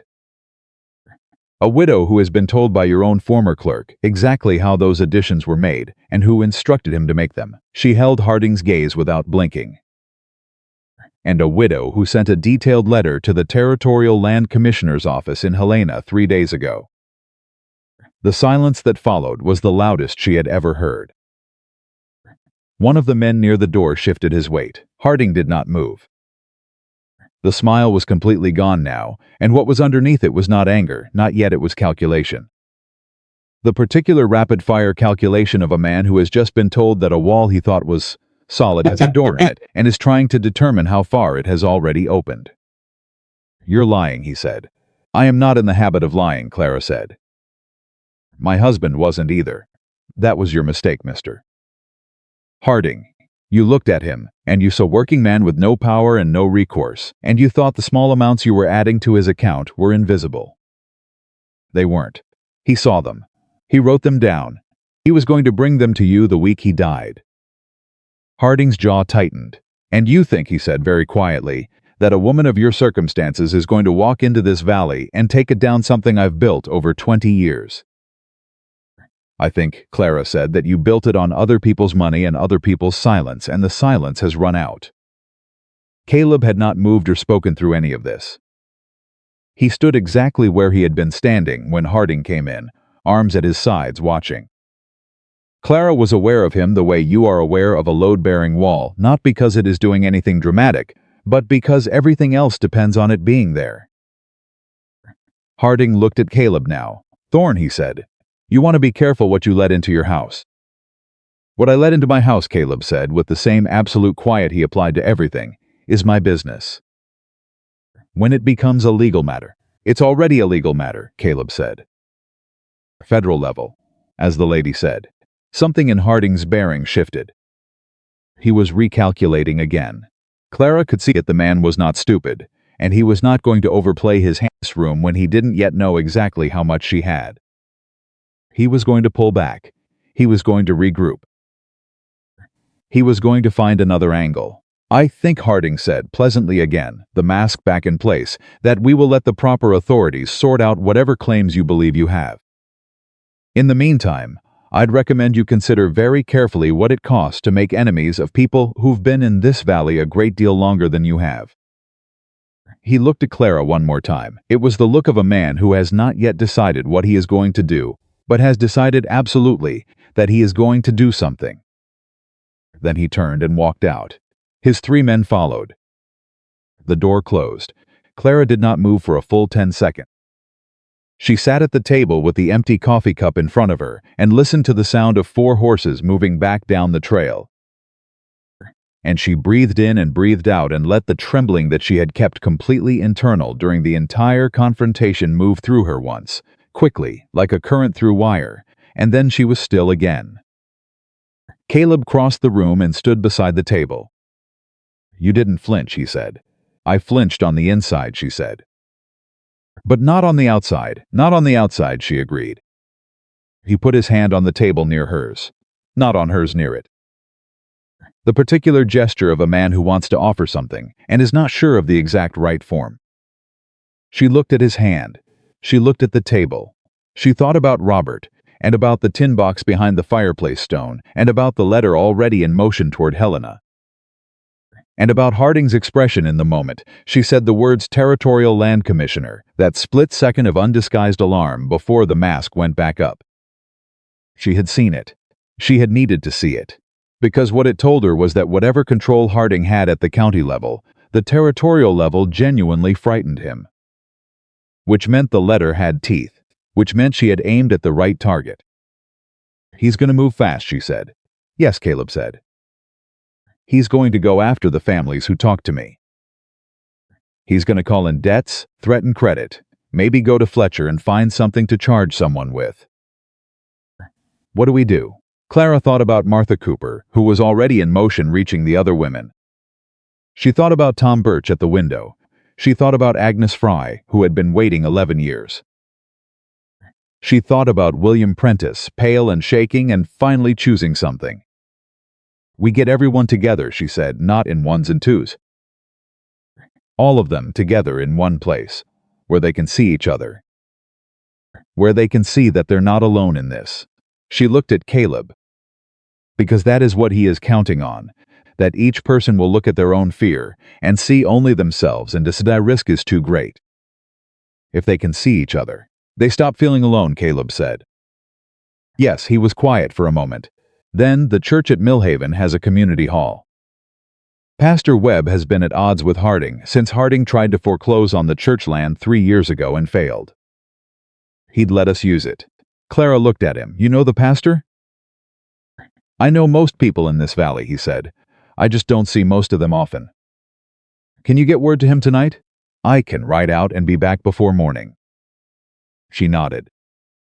She stood up and went to the fireplace and moved the stone and took the tin box out and set it on the table and opened it and started organizing what was inside each family's documents together. Duggan's statement, Prentice's information, Agnes Fry's records, her own tally into the order she would need when she stood up in front of a room full of people and told them the truth. Caleb put on his coat. She looked up.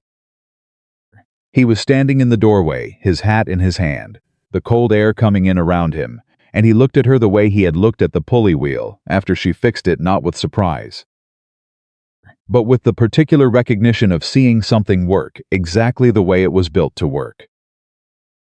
He has no idea what he walked into, Caleb said quietly, when he put that $80 on the counter. She held his gaze for a moment. Neither did I, she said.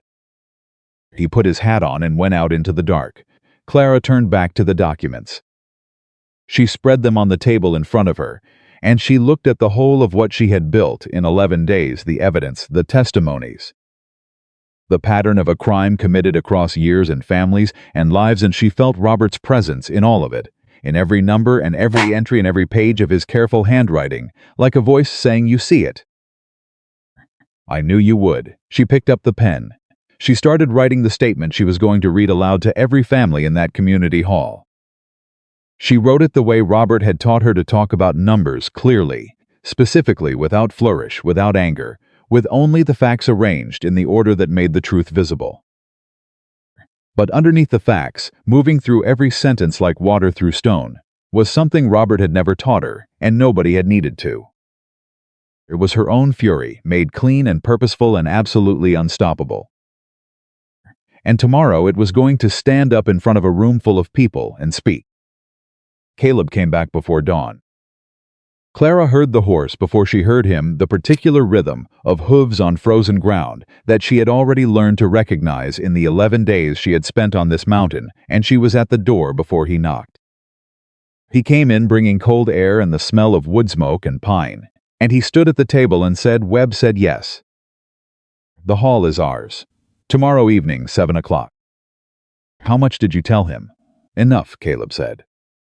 He already knew something was wrong with Harding's store. He said 3 families in his congregation came to him last fall about debts they couldn't account for. He told them to pray on it. A pause. "I told him praying was fine, but evidence was better." Clara almost smiled. "Will he reach his congregation?" "He's already reaching them," Caleb said. "He sent his boy out tonight to 6 households. Said if even half of them come, the hall will be full." She looked at him. He was tired, she could see it in the set of his shoulders, the way he held himself slightly heavier than usual, and she thought about the fact that this man had ridden out in the dark and the cold for people who were not his family, for a cause that had not been his until 11 days ago, when he put money on a counter for a woman he didn't know. "Thank you," she said. "Don't thank me yet," he said. "Harding will know about the meeting before it happens. Someone will tell him. Someone always tells him." "I know," she said. "He could send men to stop it. He could try," she said. "But stopping a church hall meeting with force is a different thing than pressuring individual families in their homes. That kind of thing has a way of making people angrier rather than quieter." Caleb considered this. "You're counting on him overplaying." "I'm counting on him being exactly what he is," she said. "A man who has never had to be careful because he has never been seriously challenged. Men like that don't know how to be subtle when they're scared." She looked at the document still spread on the table. "And he is scared. I saw it last night." Caleb looked at the table too.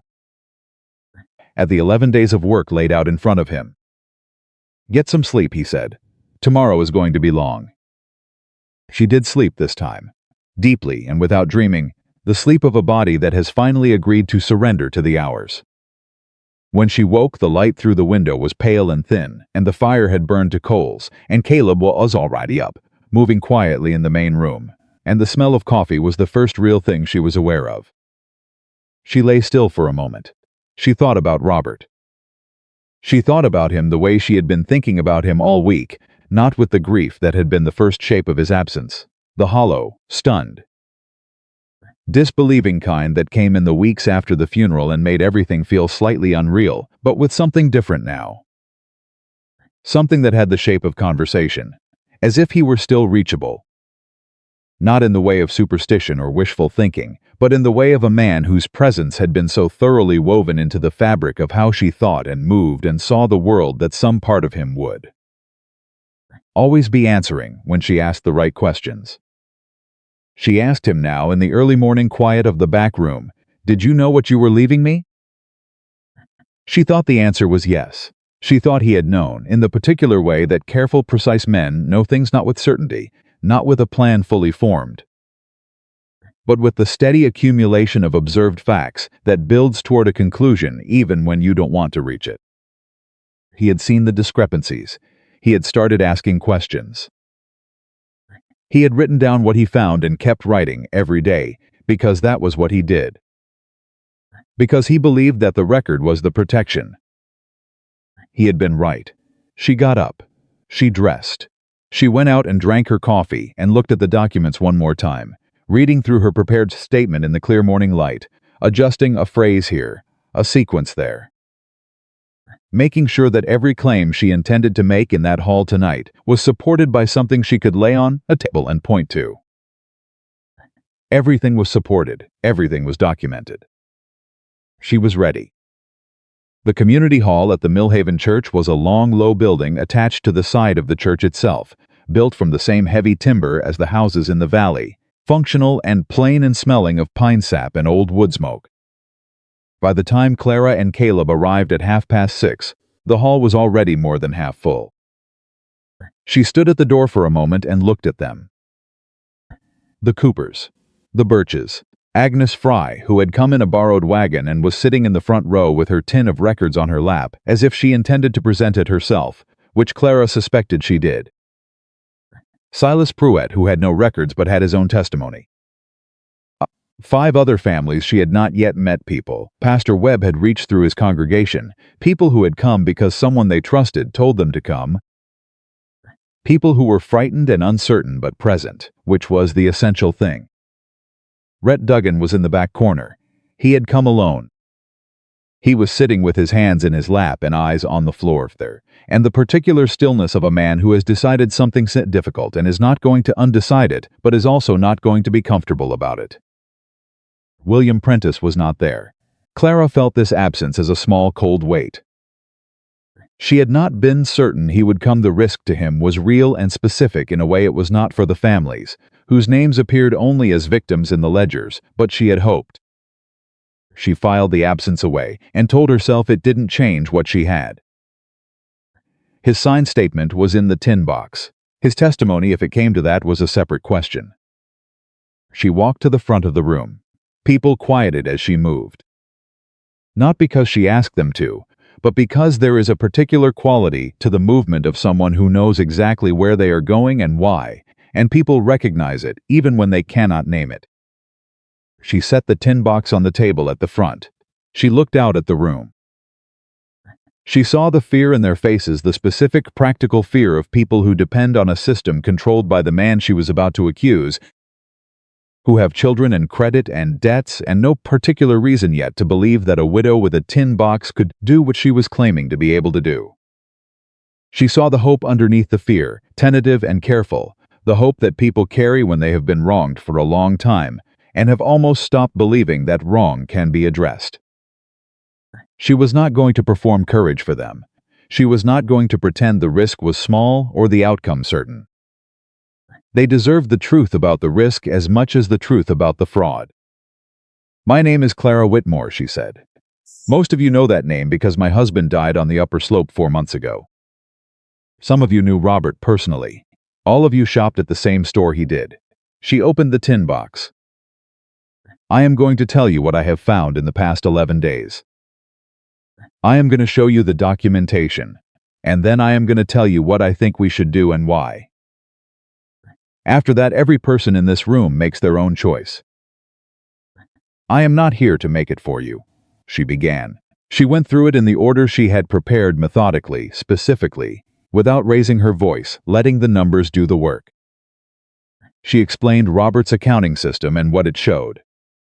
She explained the pen pressure method, turning the notebook to the room and walking to the front row to show Agnes Fry and Martha Cooper the actual entries, letting them confirm with their own eyes what she was describing.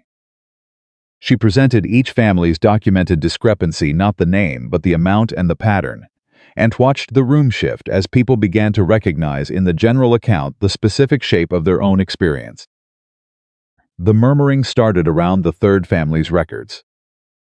Not hostile murmuring, the sound of recognition. Of people who had spent years telling themselves they had miscounted, suddenly realizing they had not miscounted at all. When she got to Duggan's statement, the room went very quiet. She read it aloud. She did not soften it. She did not editorialize. She read Harding's questions about the chain, the unfiled maintenance report, the fraudulent filing after Robert's death in Rhett Duggan's own words, in the careful labored handwriting of a man who had carried it for 4 months and was finally setting it down. When she finished reading, she looked up. Tom Birch had his hands flat on his knees and his jaw set so hard she could see the muscle working in his cheek. Martha Cooper was crying silently, not looking away, just letting the tears run while she held her husband's arm. Agnes Fry was perfectly still and looking at Clara with the expression of someone watching the thing they waited 11 years for finally arrive. Rhett Duggan in the back corner was looking at the floor. "I want to be clear about what this means," Clara said. The maintenance records were falsified. The chain was flagged as needing inspection. My husband was sent to work that slope, knowing the equipment had not been cleared. That is not an accident. That is a decision. And the person who made that decision is the same person who has been taking money from every family in this room for years. The silence was total. Then Tom Birch said, in a voice like something iron, "Tell us what you need." And the room changed, not all at once, not without hesitation. But person by person, family by family, the shift moved through the hall like warmth through a cold room, slow at first and then faster, accumulating until there was enough of it to feel. Darnell Cooper stood up. "My wife's records are already in that box," he said. "Whatever you need from me in addition, you name it." A man Clara didn't know in the middle of the room raised his hand and said, "Our balance has been higher than I calculated for 2 years. I thought I was just poor at numbers. I kept the receipts because my wife insisted." His wife, sitting beside him, held up a small bundle of papers. Another woman, same. 3 years. I thought I was losing my mind. "Mine too," said someone near the back, "and mine." The voices came faster now, overlapping, the particular sound of a room full of people discovering simultaneously that the shame they had been carrying individually, the shame of thinking they were bad at numbers, at money, at keeping track, did not belong to them. Had never belonged to them. Had been put there deliberately by a man who understood that if each person believed the error was their own, no one would ever compare notes. Clara let it run for a moment. She let them talk to each other, turn to each other, confirm in each other's faces what she had been saying. This was necessary. This was, in fact, the most important thing that happened in this room tonight, not her statement, not the documents, but the moment when people who had been isolated in their individual shame realized they were not alone in it. Then she raised her hand and the room quieted. "A letter went to the Territorial Land Commissioner's office 4 days ago," she said. "A federal review, if it comes, supersedes the county courthouse and the county sheriff. It cannot be blocked by local influence." She looked around the room. "But I want to be honest with you. A federal response takes time. In the days before it comes, Harding is going to push back. He may call in debts early. He may threaten to cut off credit. He may go to Sheriff Fletcher with some invented charge." She paused. "Anyone who stands up is taking a real risk. I cannot promise you it won't cost something. I can only promise you that the alternative is to keep paying a man who has been stealing from you for years and who let my husband die to protect his operation." The hall was very still. Agnes Fry stood up. She was small and white-haired and 70 years old, and she stood up the way a person stands when they have been waiting a very long time and are not about to sit back down. "I have 11 years of records," she said to the room, not to Clara. "I have been sitting on them alone because I am one old woman and I knew what would happen if I went to the county without enough people behind me." She looked around at all of them, one by one. "There are enough people now." She sat back down. Nobody spoke for a moment. Then, from the back of the room, Rhett Duggan stood up. He did not look up immediately. He stood for a moment with his hands at his sides, looking at the floor, and Clara watched him and said nothing, because some things need the space to come forward on their own, or they don't come at all. When he finally looked up, he looked directly at her. "I am sorry," he said. His voice was loud enough for the whole room. For what I knew and didn't say sooner. For what happened to Robert Whitmore. He looked around the room. I signed a statement. I'll say it in front of anyone who needs to hear it. The room held. Then Tom Birch said, "That takes guts, Rhett." And Duggan nodded once tightly and sat back down. The door opened. Everyone turned. It was William Prentice. He was white-faced and breathing hard, as if he had run part of the way. And he stood in the doorway of the hall, looking at the room full of people with the expression of a man who has spent 2 years being afraid and has finally decided that the fear is worse than the thing he was afraid of. He looked at Clara. "I came," he said. "I see that," she said. He walked to the front of the room.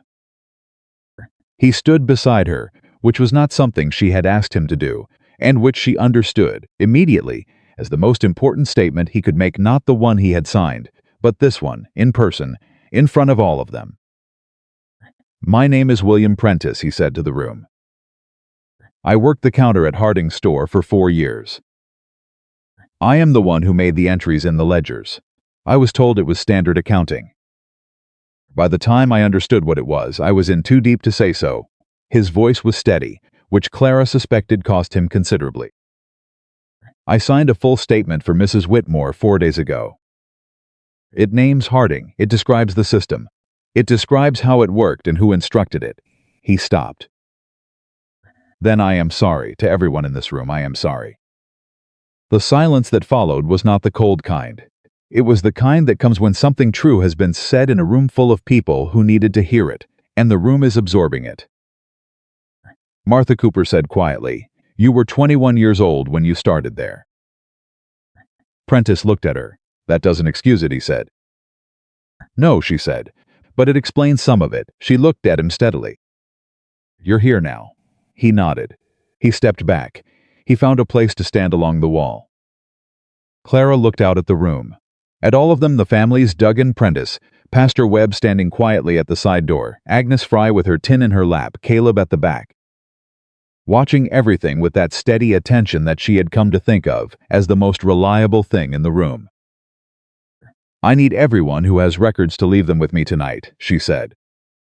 "I need written accounts from anyone who can remember specific incidents of questioned billing that they dismissed as their own error. I need names of any other families who might have records but are not here." She looked around. "And I need everyone in this room to understand that from tomorrow morning, we do not do this in secret anymore. We do it in the open. The more visible we are, the harder it is for one man to move against all of us, without the whole territory seeing it." People began to move. Papers came out of coat pockets, from wrapped cloth, from the interior of a worn Bible that a woman in the third row had apparently been using as a safekeeping place for receipts. The room filled with the purposeful sound of people who have decided something, and Clara went from family to family, accepting documents, making notes, recording names, building the weight of what she had into something that could not be ignored. At some point, she was not sure exactly when she looked up and found Caleb beside her, not saying anything, simply organizing the incoming documents into the order she would need them, because he had watched her work long enough to know the system without being told. She looked at him. He looked at her. Neither of them said anything, but something passed between them that was as clear and specific as language. A recognition, mutual and quiet, of the particular thing that had been building between them for 11 days in a mountain cabin where 2 people discovered 1 pulley wheel and 1 set of account records and 1 cup of cold coffee at a time. That they were better together than they had been separately. She turned back to the room. The meeting ran for 2 more hours. When it was done, Clara had records from 14 families. She had 7 additional written accounts of billing disputes that had been dismissed as personal error. She had Duggan and Prentice and Agnes Fry's 11 years of documentation, and her own tally that now ran to over $200 across the documented families. And that was the conservative estimate, the one she could prove line by line, not the total that Agnes Fry's records suggested when they were extrapolated across the full period. 200 documented dollars taken quietly, in small amounts, from people who were already stretched thin. From children's boot money, from seed money, from the careful saving of people who had nothing to spare and were made to have less. She closed the tin box. The hall was emptying. People were talking to each other in pairs and small groups, with the particular energy of people who have been carrying something alone for a long time and have finally been given permission to put it down in company. Pastor Webb was at the door, shaking hands, saying something low and steady to each person who left that Clara couldn't hear, but that seemed, from the response, to be exactly the right thing. Agnes Fry came to Clara last. She took Clara's hand in both of hers. Her hands were small and dry and very strong, and she held it for a moment and said nothing. Then she said, "Robert would have been proud." Clara could not speak for a moment. She pressed Agnes' hands and nodded and let go. Caleb brought the horses around. They rode back up the mountain in the dark, and the dark was enormous and clean and full of the particular silence that comes after something significant has been set in motion and cannot be recalled. Clara rode with the tin box across her saddle and the full weight of 14 families' documentation on her, and she was tired in a way that went all the way down to the bone, not the defeated kind of tired, but the kind that comes after something real has been accomplished, and the body finally allows itself to know how much it cost. Halfway up the mountain, Caleb said, "Harding will know by morning." "Yes," she said. "What do you think he'll do?" Clara thought about Harding's face in the cabin last night. The recalculation behind the eyes. The particular alarm of a man who has never had to face organized opposition, who has always picked people off individually, who has relied on isolation and shame, and the human tendency to believe that your problem is your own fault. "He'll make a mistake," she said. "He's been too comfortable for too long. He'll do something visible and ugly because he doesn't know how to be subtle when he's frightened, and that visible, ugly thing will be the last piece I need." "What piece is that?" Caleb said. "Proof that he knows he's guilty," she said. "Right now I have proof of the crime. What I need is proof that he tried to stop the investigation. Those are different things, and the second one tells a jury or a commissioner something the first one can't." Caleb was quiet for a moment. "Then you've been thinking like a lawyer." "I've been thinking like a woman who has one chance to do this right," she said. He said nothing to that, but she heard the quality of his silence change. The particular quality that she had learned over 11 days meant that he was thinking about something, and finding that what he thought was not what he had expected. They reached the cabin. They put the horses up. Caleb rebuilt the fire, and Clara spread the new documents on the table and began the work of organizing them into the complete file she intended to send to Helena as a follow-up to the initial letter, the full evidentiary record. Documented and tabulated, everything in the order that made the truth not just visible but undeniable. She worked until midnight. Caleb worked beside her. At midnight, she set down the pen and looked at what they had built together across the table and felt something move through her that was not triumph. Triumph was too simple, too clean. Too much about winning, rather than about the particular complicated thing this was, but was something close to it. Something that had Robert in it, and 11 days of early mornings and cold rides and kitchen tables full of frightened people, choosing to be brave, and $80 on a counter that had started everything. "I need to tell you something," Caleb said. She looked at him. He was looking at the table, at the organized documents, at the tally sheet in her handwriting, running down the right side of the last page. "When I put that money down," he said, "I thought I was helping someone who couldn't help herself." He looked up. "I was wrong about that, I know," she said. "What I didn't expect," he said, and his voice was slower now, more careful, the way it went when he was saying something he had been thinking about for a while, was that I would end up on the right side of something. For the first time in a long time, he looked at her directly. "I've been up here alone so long I forgot what that felt like." Clara looked at him. She thought about what he was, stripped of the context she had accumulated around him over 11 days, a man who had retreated from the world after loss, who had built his life around solitude, because solitude was predictable, and people were not, who had broken his own rule once, for a reason he probably couldn't have fully articulated at the time, and found himself in the middle of something that had changed both of them. "Caleb," she said. "I'm going to be here for a while yet," she said. "Until the commissioner responds. Until this is finished." "I know," he said, and after it's finished, she stopped. She had not let herself think past the finish, because the finish had seemed, for most of the past 11 days, like a horizon you could see but not yet trust. She let herself think past it now. "I'm going to need somewhere to put the workshop. The work I do, the repairs, it can't stay in my cabin, it's too small and too far from the families who'll need it." "The lean-to," he said slowly. "It would need to be expanded," she said. "Built out properly. A real workspace." He looked at the table, he looked at his hands. He looked at her. "I could build it out," he said. "I know how. I know you do," she said. "I've seen how you work." The fire crackled. The mountain pressed quiet and enormous around the cabin.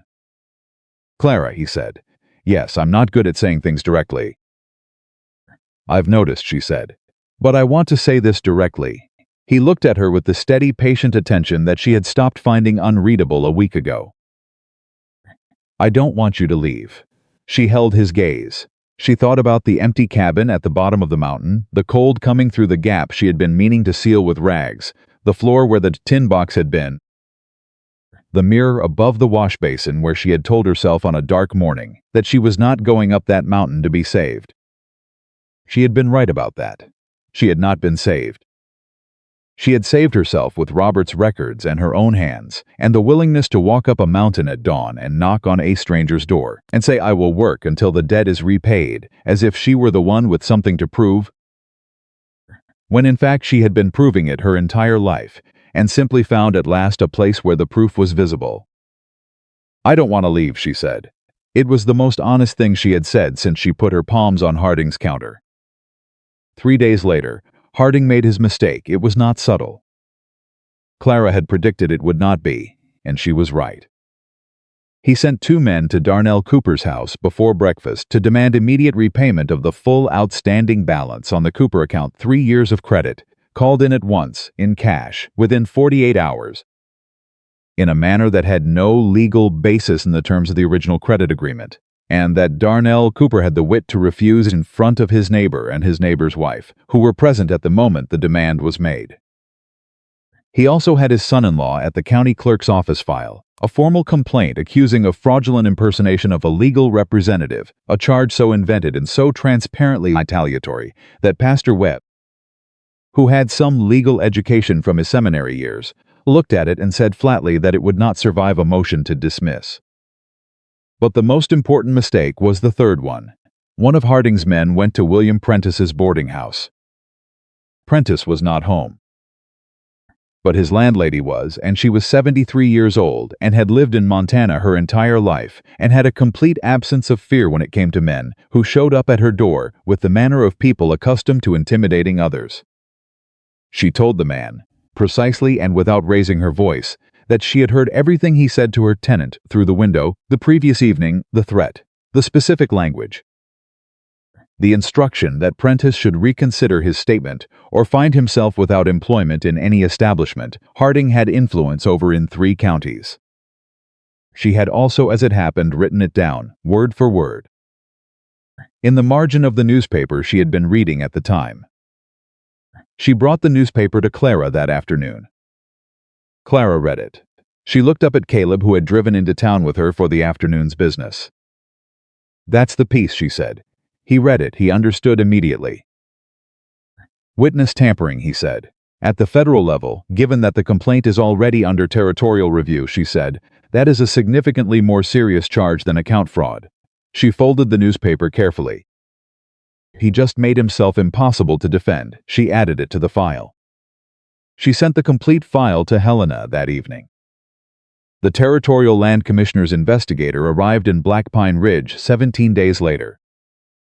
His name was Aldous Marsh, and he was a dry, methodical man from the eastern part of the territory who gave the impression of having heard every kind of story and having patience for approximately none of them unless they were supported by documentation, which Clara's was, in precise and organized and thoroughly cross-referenced detail. He spent 3 days in the valley. He interviewed 14 families. He interviewed Duggan. He interviewed Prentice, who showed up at the interview with his signed statement already in hand, and the steadiness of a man who has decided that whatever the cost, the weight he was setting down was worth it.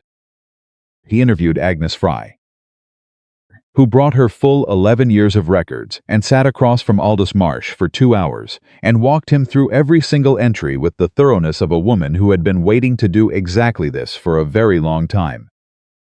He interviewed Clara last. She sat across from him in the back room of Pastor Webb's church with the tin box on the table, and she answered every question he asked with the same precision she had applied to every other part of this process. And when he finished asking questions, he looked at the box and then at her and said, "Your husband kept these records." "He did," she said. "And you identified the discrepancies." "I did. You built this case." "With help," she said. She thought of Caleb, who had handed her logs in the right order without being asked, who had known where the hiding place was, who had ridden to a pastor in the dark. With a great deal of help. Marsh looked at the tin box for a moment. "Mrs. Whitmore," he said, "in 15 years of this work, I have reviewed perhaps a dozen cases of this type. Most of them are brought to me by lawyers or company representatives or county officials. I have never had one brought to me by a private citizen with this level of documentation." He paused. "Your husband would have been a difficult man to successfully defraud for long."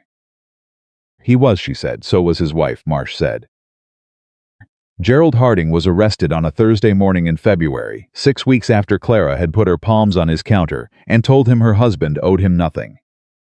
He was charged with systematic account fraud, falsification of business records, unlawful manipulation of company financial instruments, and conspiracy in the filing of a false maintenance report in connection with the death of Robert Whitmore.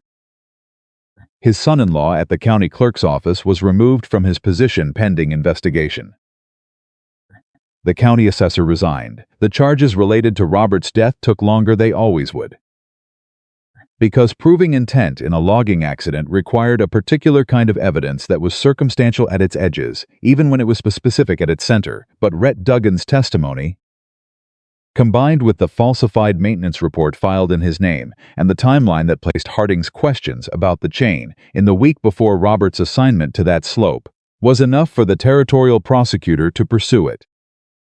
It would take months. It would take a trial. Clara understood that and did not pretend otherwise. But it would happen. The morning after Harding's arrest, Clara stood in the workshop. Not the lean-to anymore. Caleb had spent 2 weeks expanding it, working with the systematic, unhurried competence of a man who knows his materials. And what had been a storage space with a broken pulley was now a proper workspace, with a workbench along the south wall, a tool rack, a repair area, with enough floor space to lay out a disassembled machine and have room to move around it. She ran her hand along the workbench. She thought about what Agnes Fry had said. Robert would have been proud. She thought he would have been. She thought he would have been proud of the notebook, and the evidence, and the 14 families, and Prentice in the doorway of the hall, and Duggan standing up.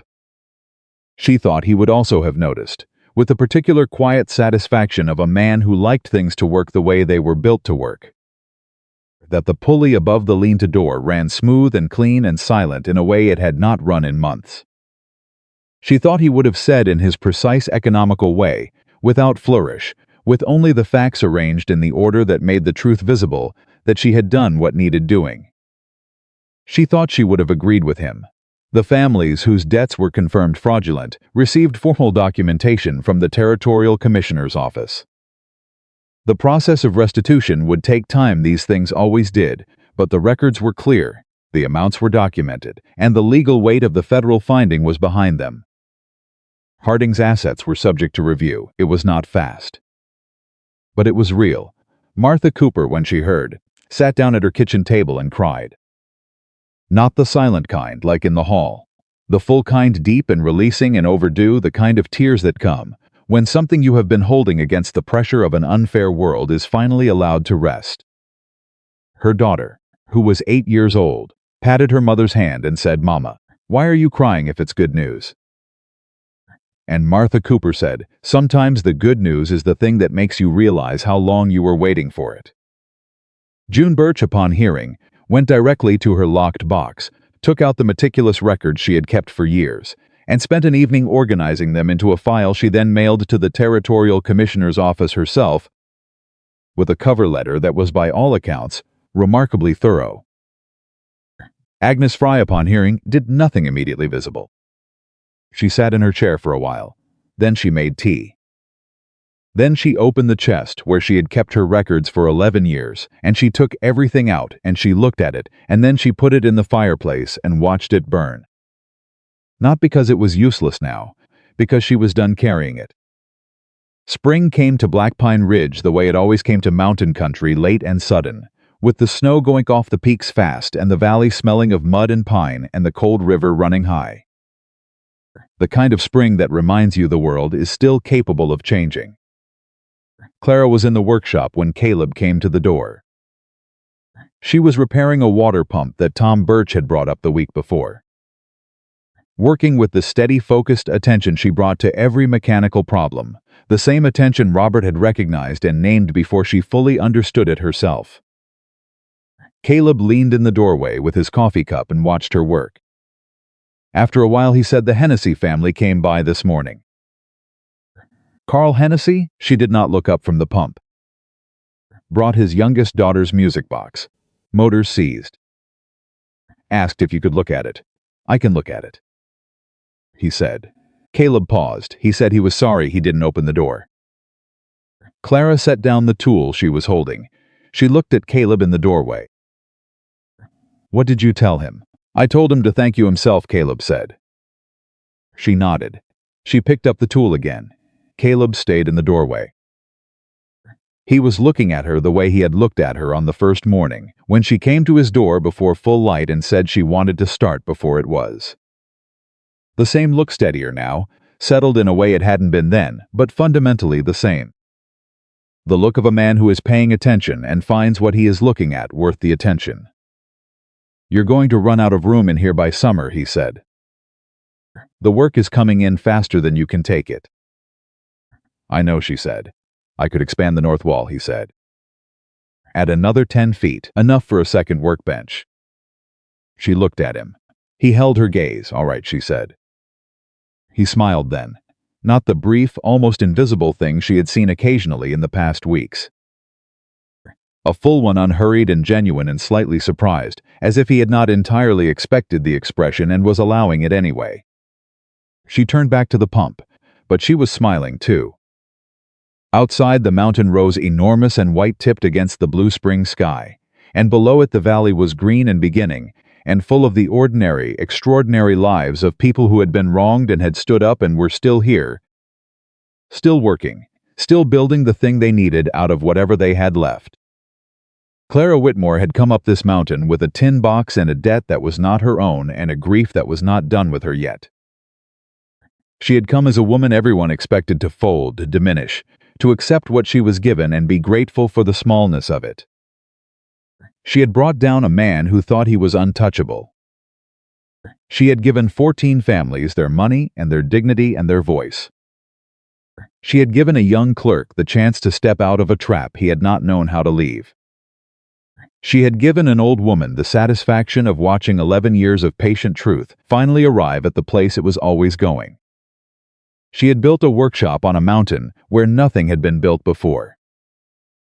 And the man who had paid $80 to save her, the man who had been wrong about what she needed and right about everything else, was standing in the doorway of what they had made together. Looking at her the way a person looks at something they had stopped believing they would find, and finding it here and not being able to entirely stop smiling about it. The pump came apart clean in her hands. She found the seized part immediately. She knew, before she even looked closely, exactly what was wrong and exactly how to fix it. She always did. That was who she was. That was who she had always been. And she was never, not for one more day of her life, going to let anyone tell her otherwise.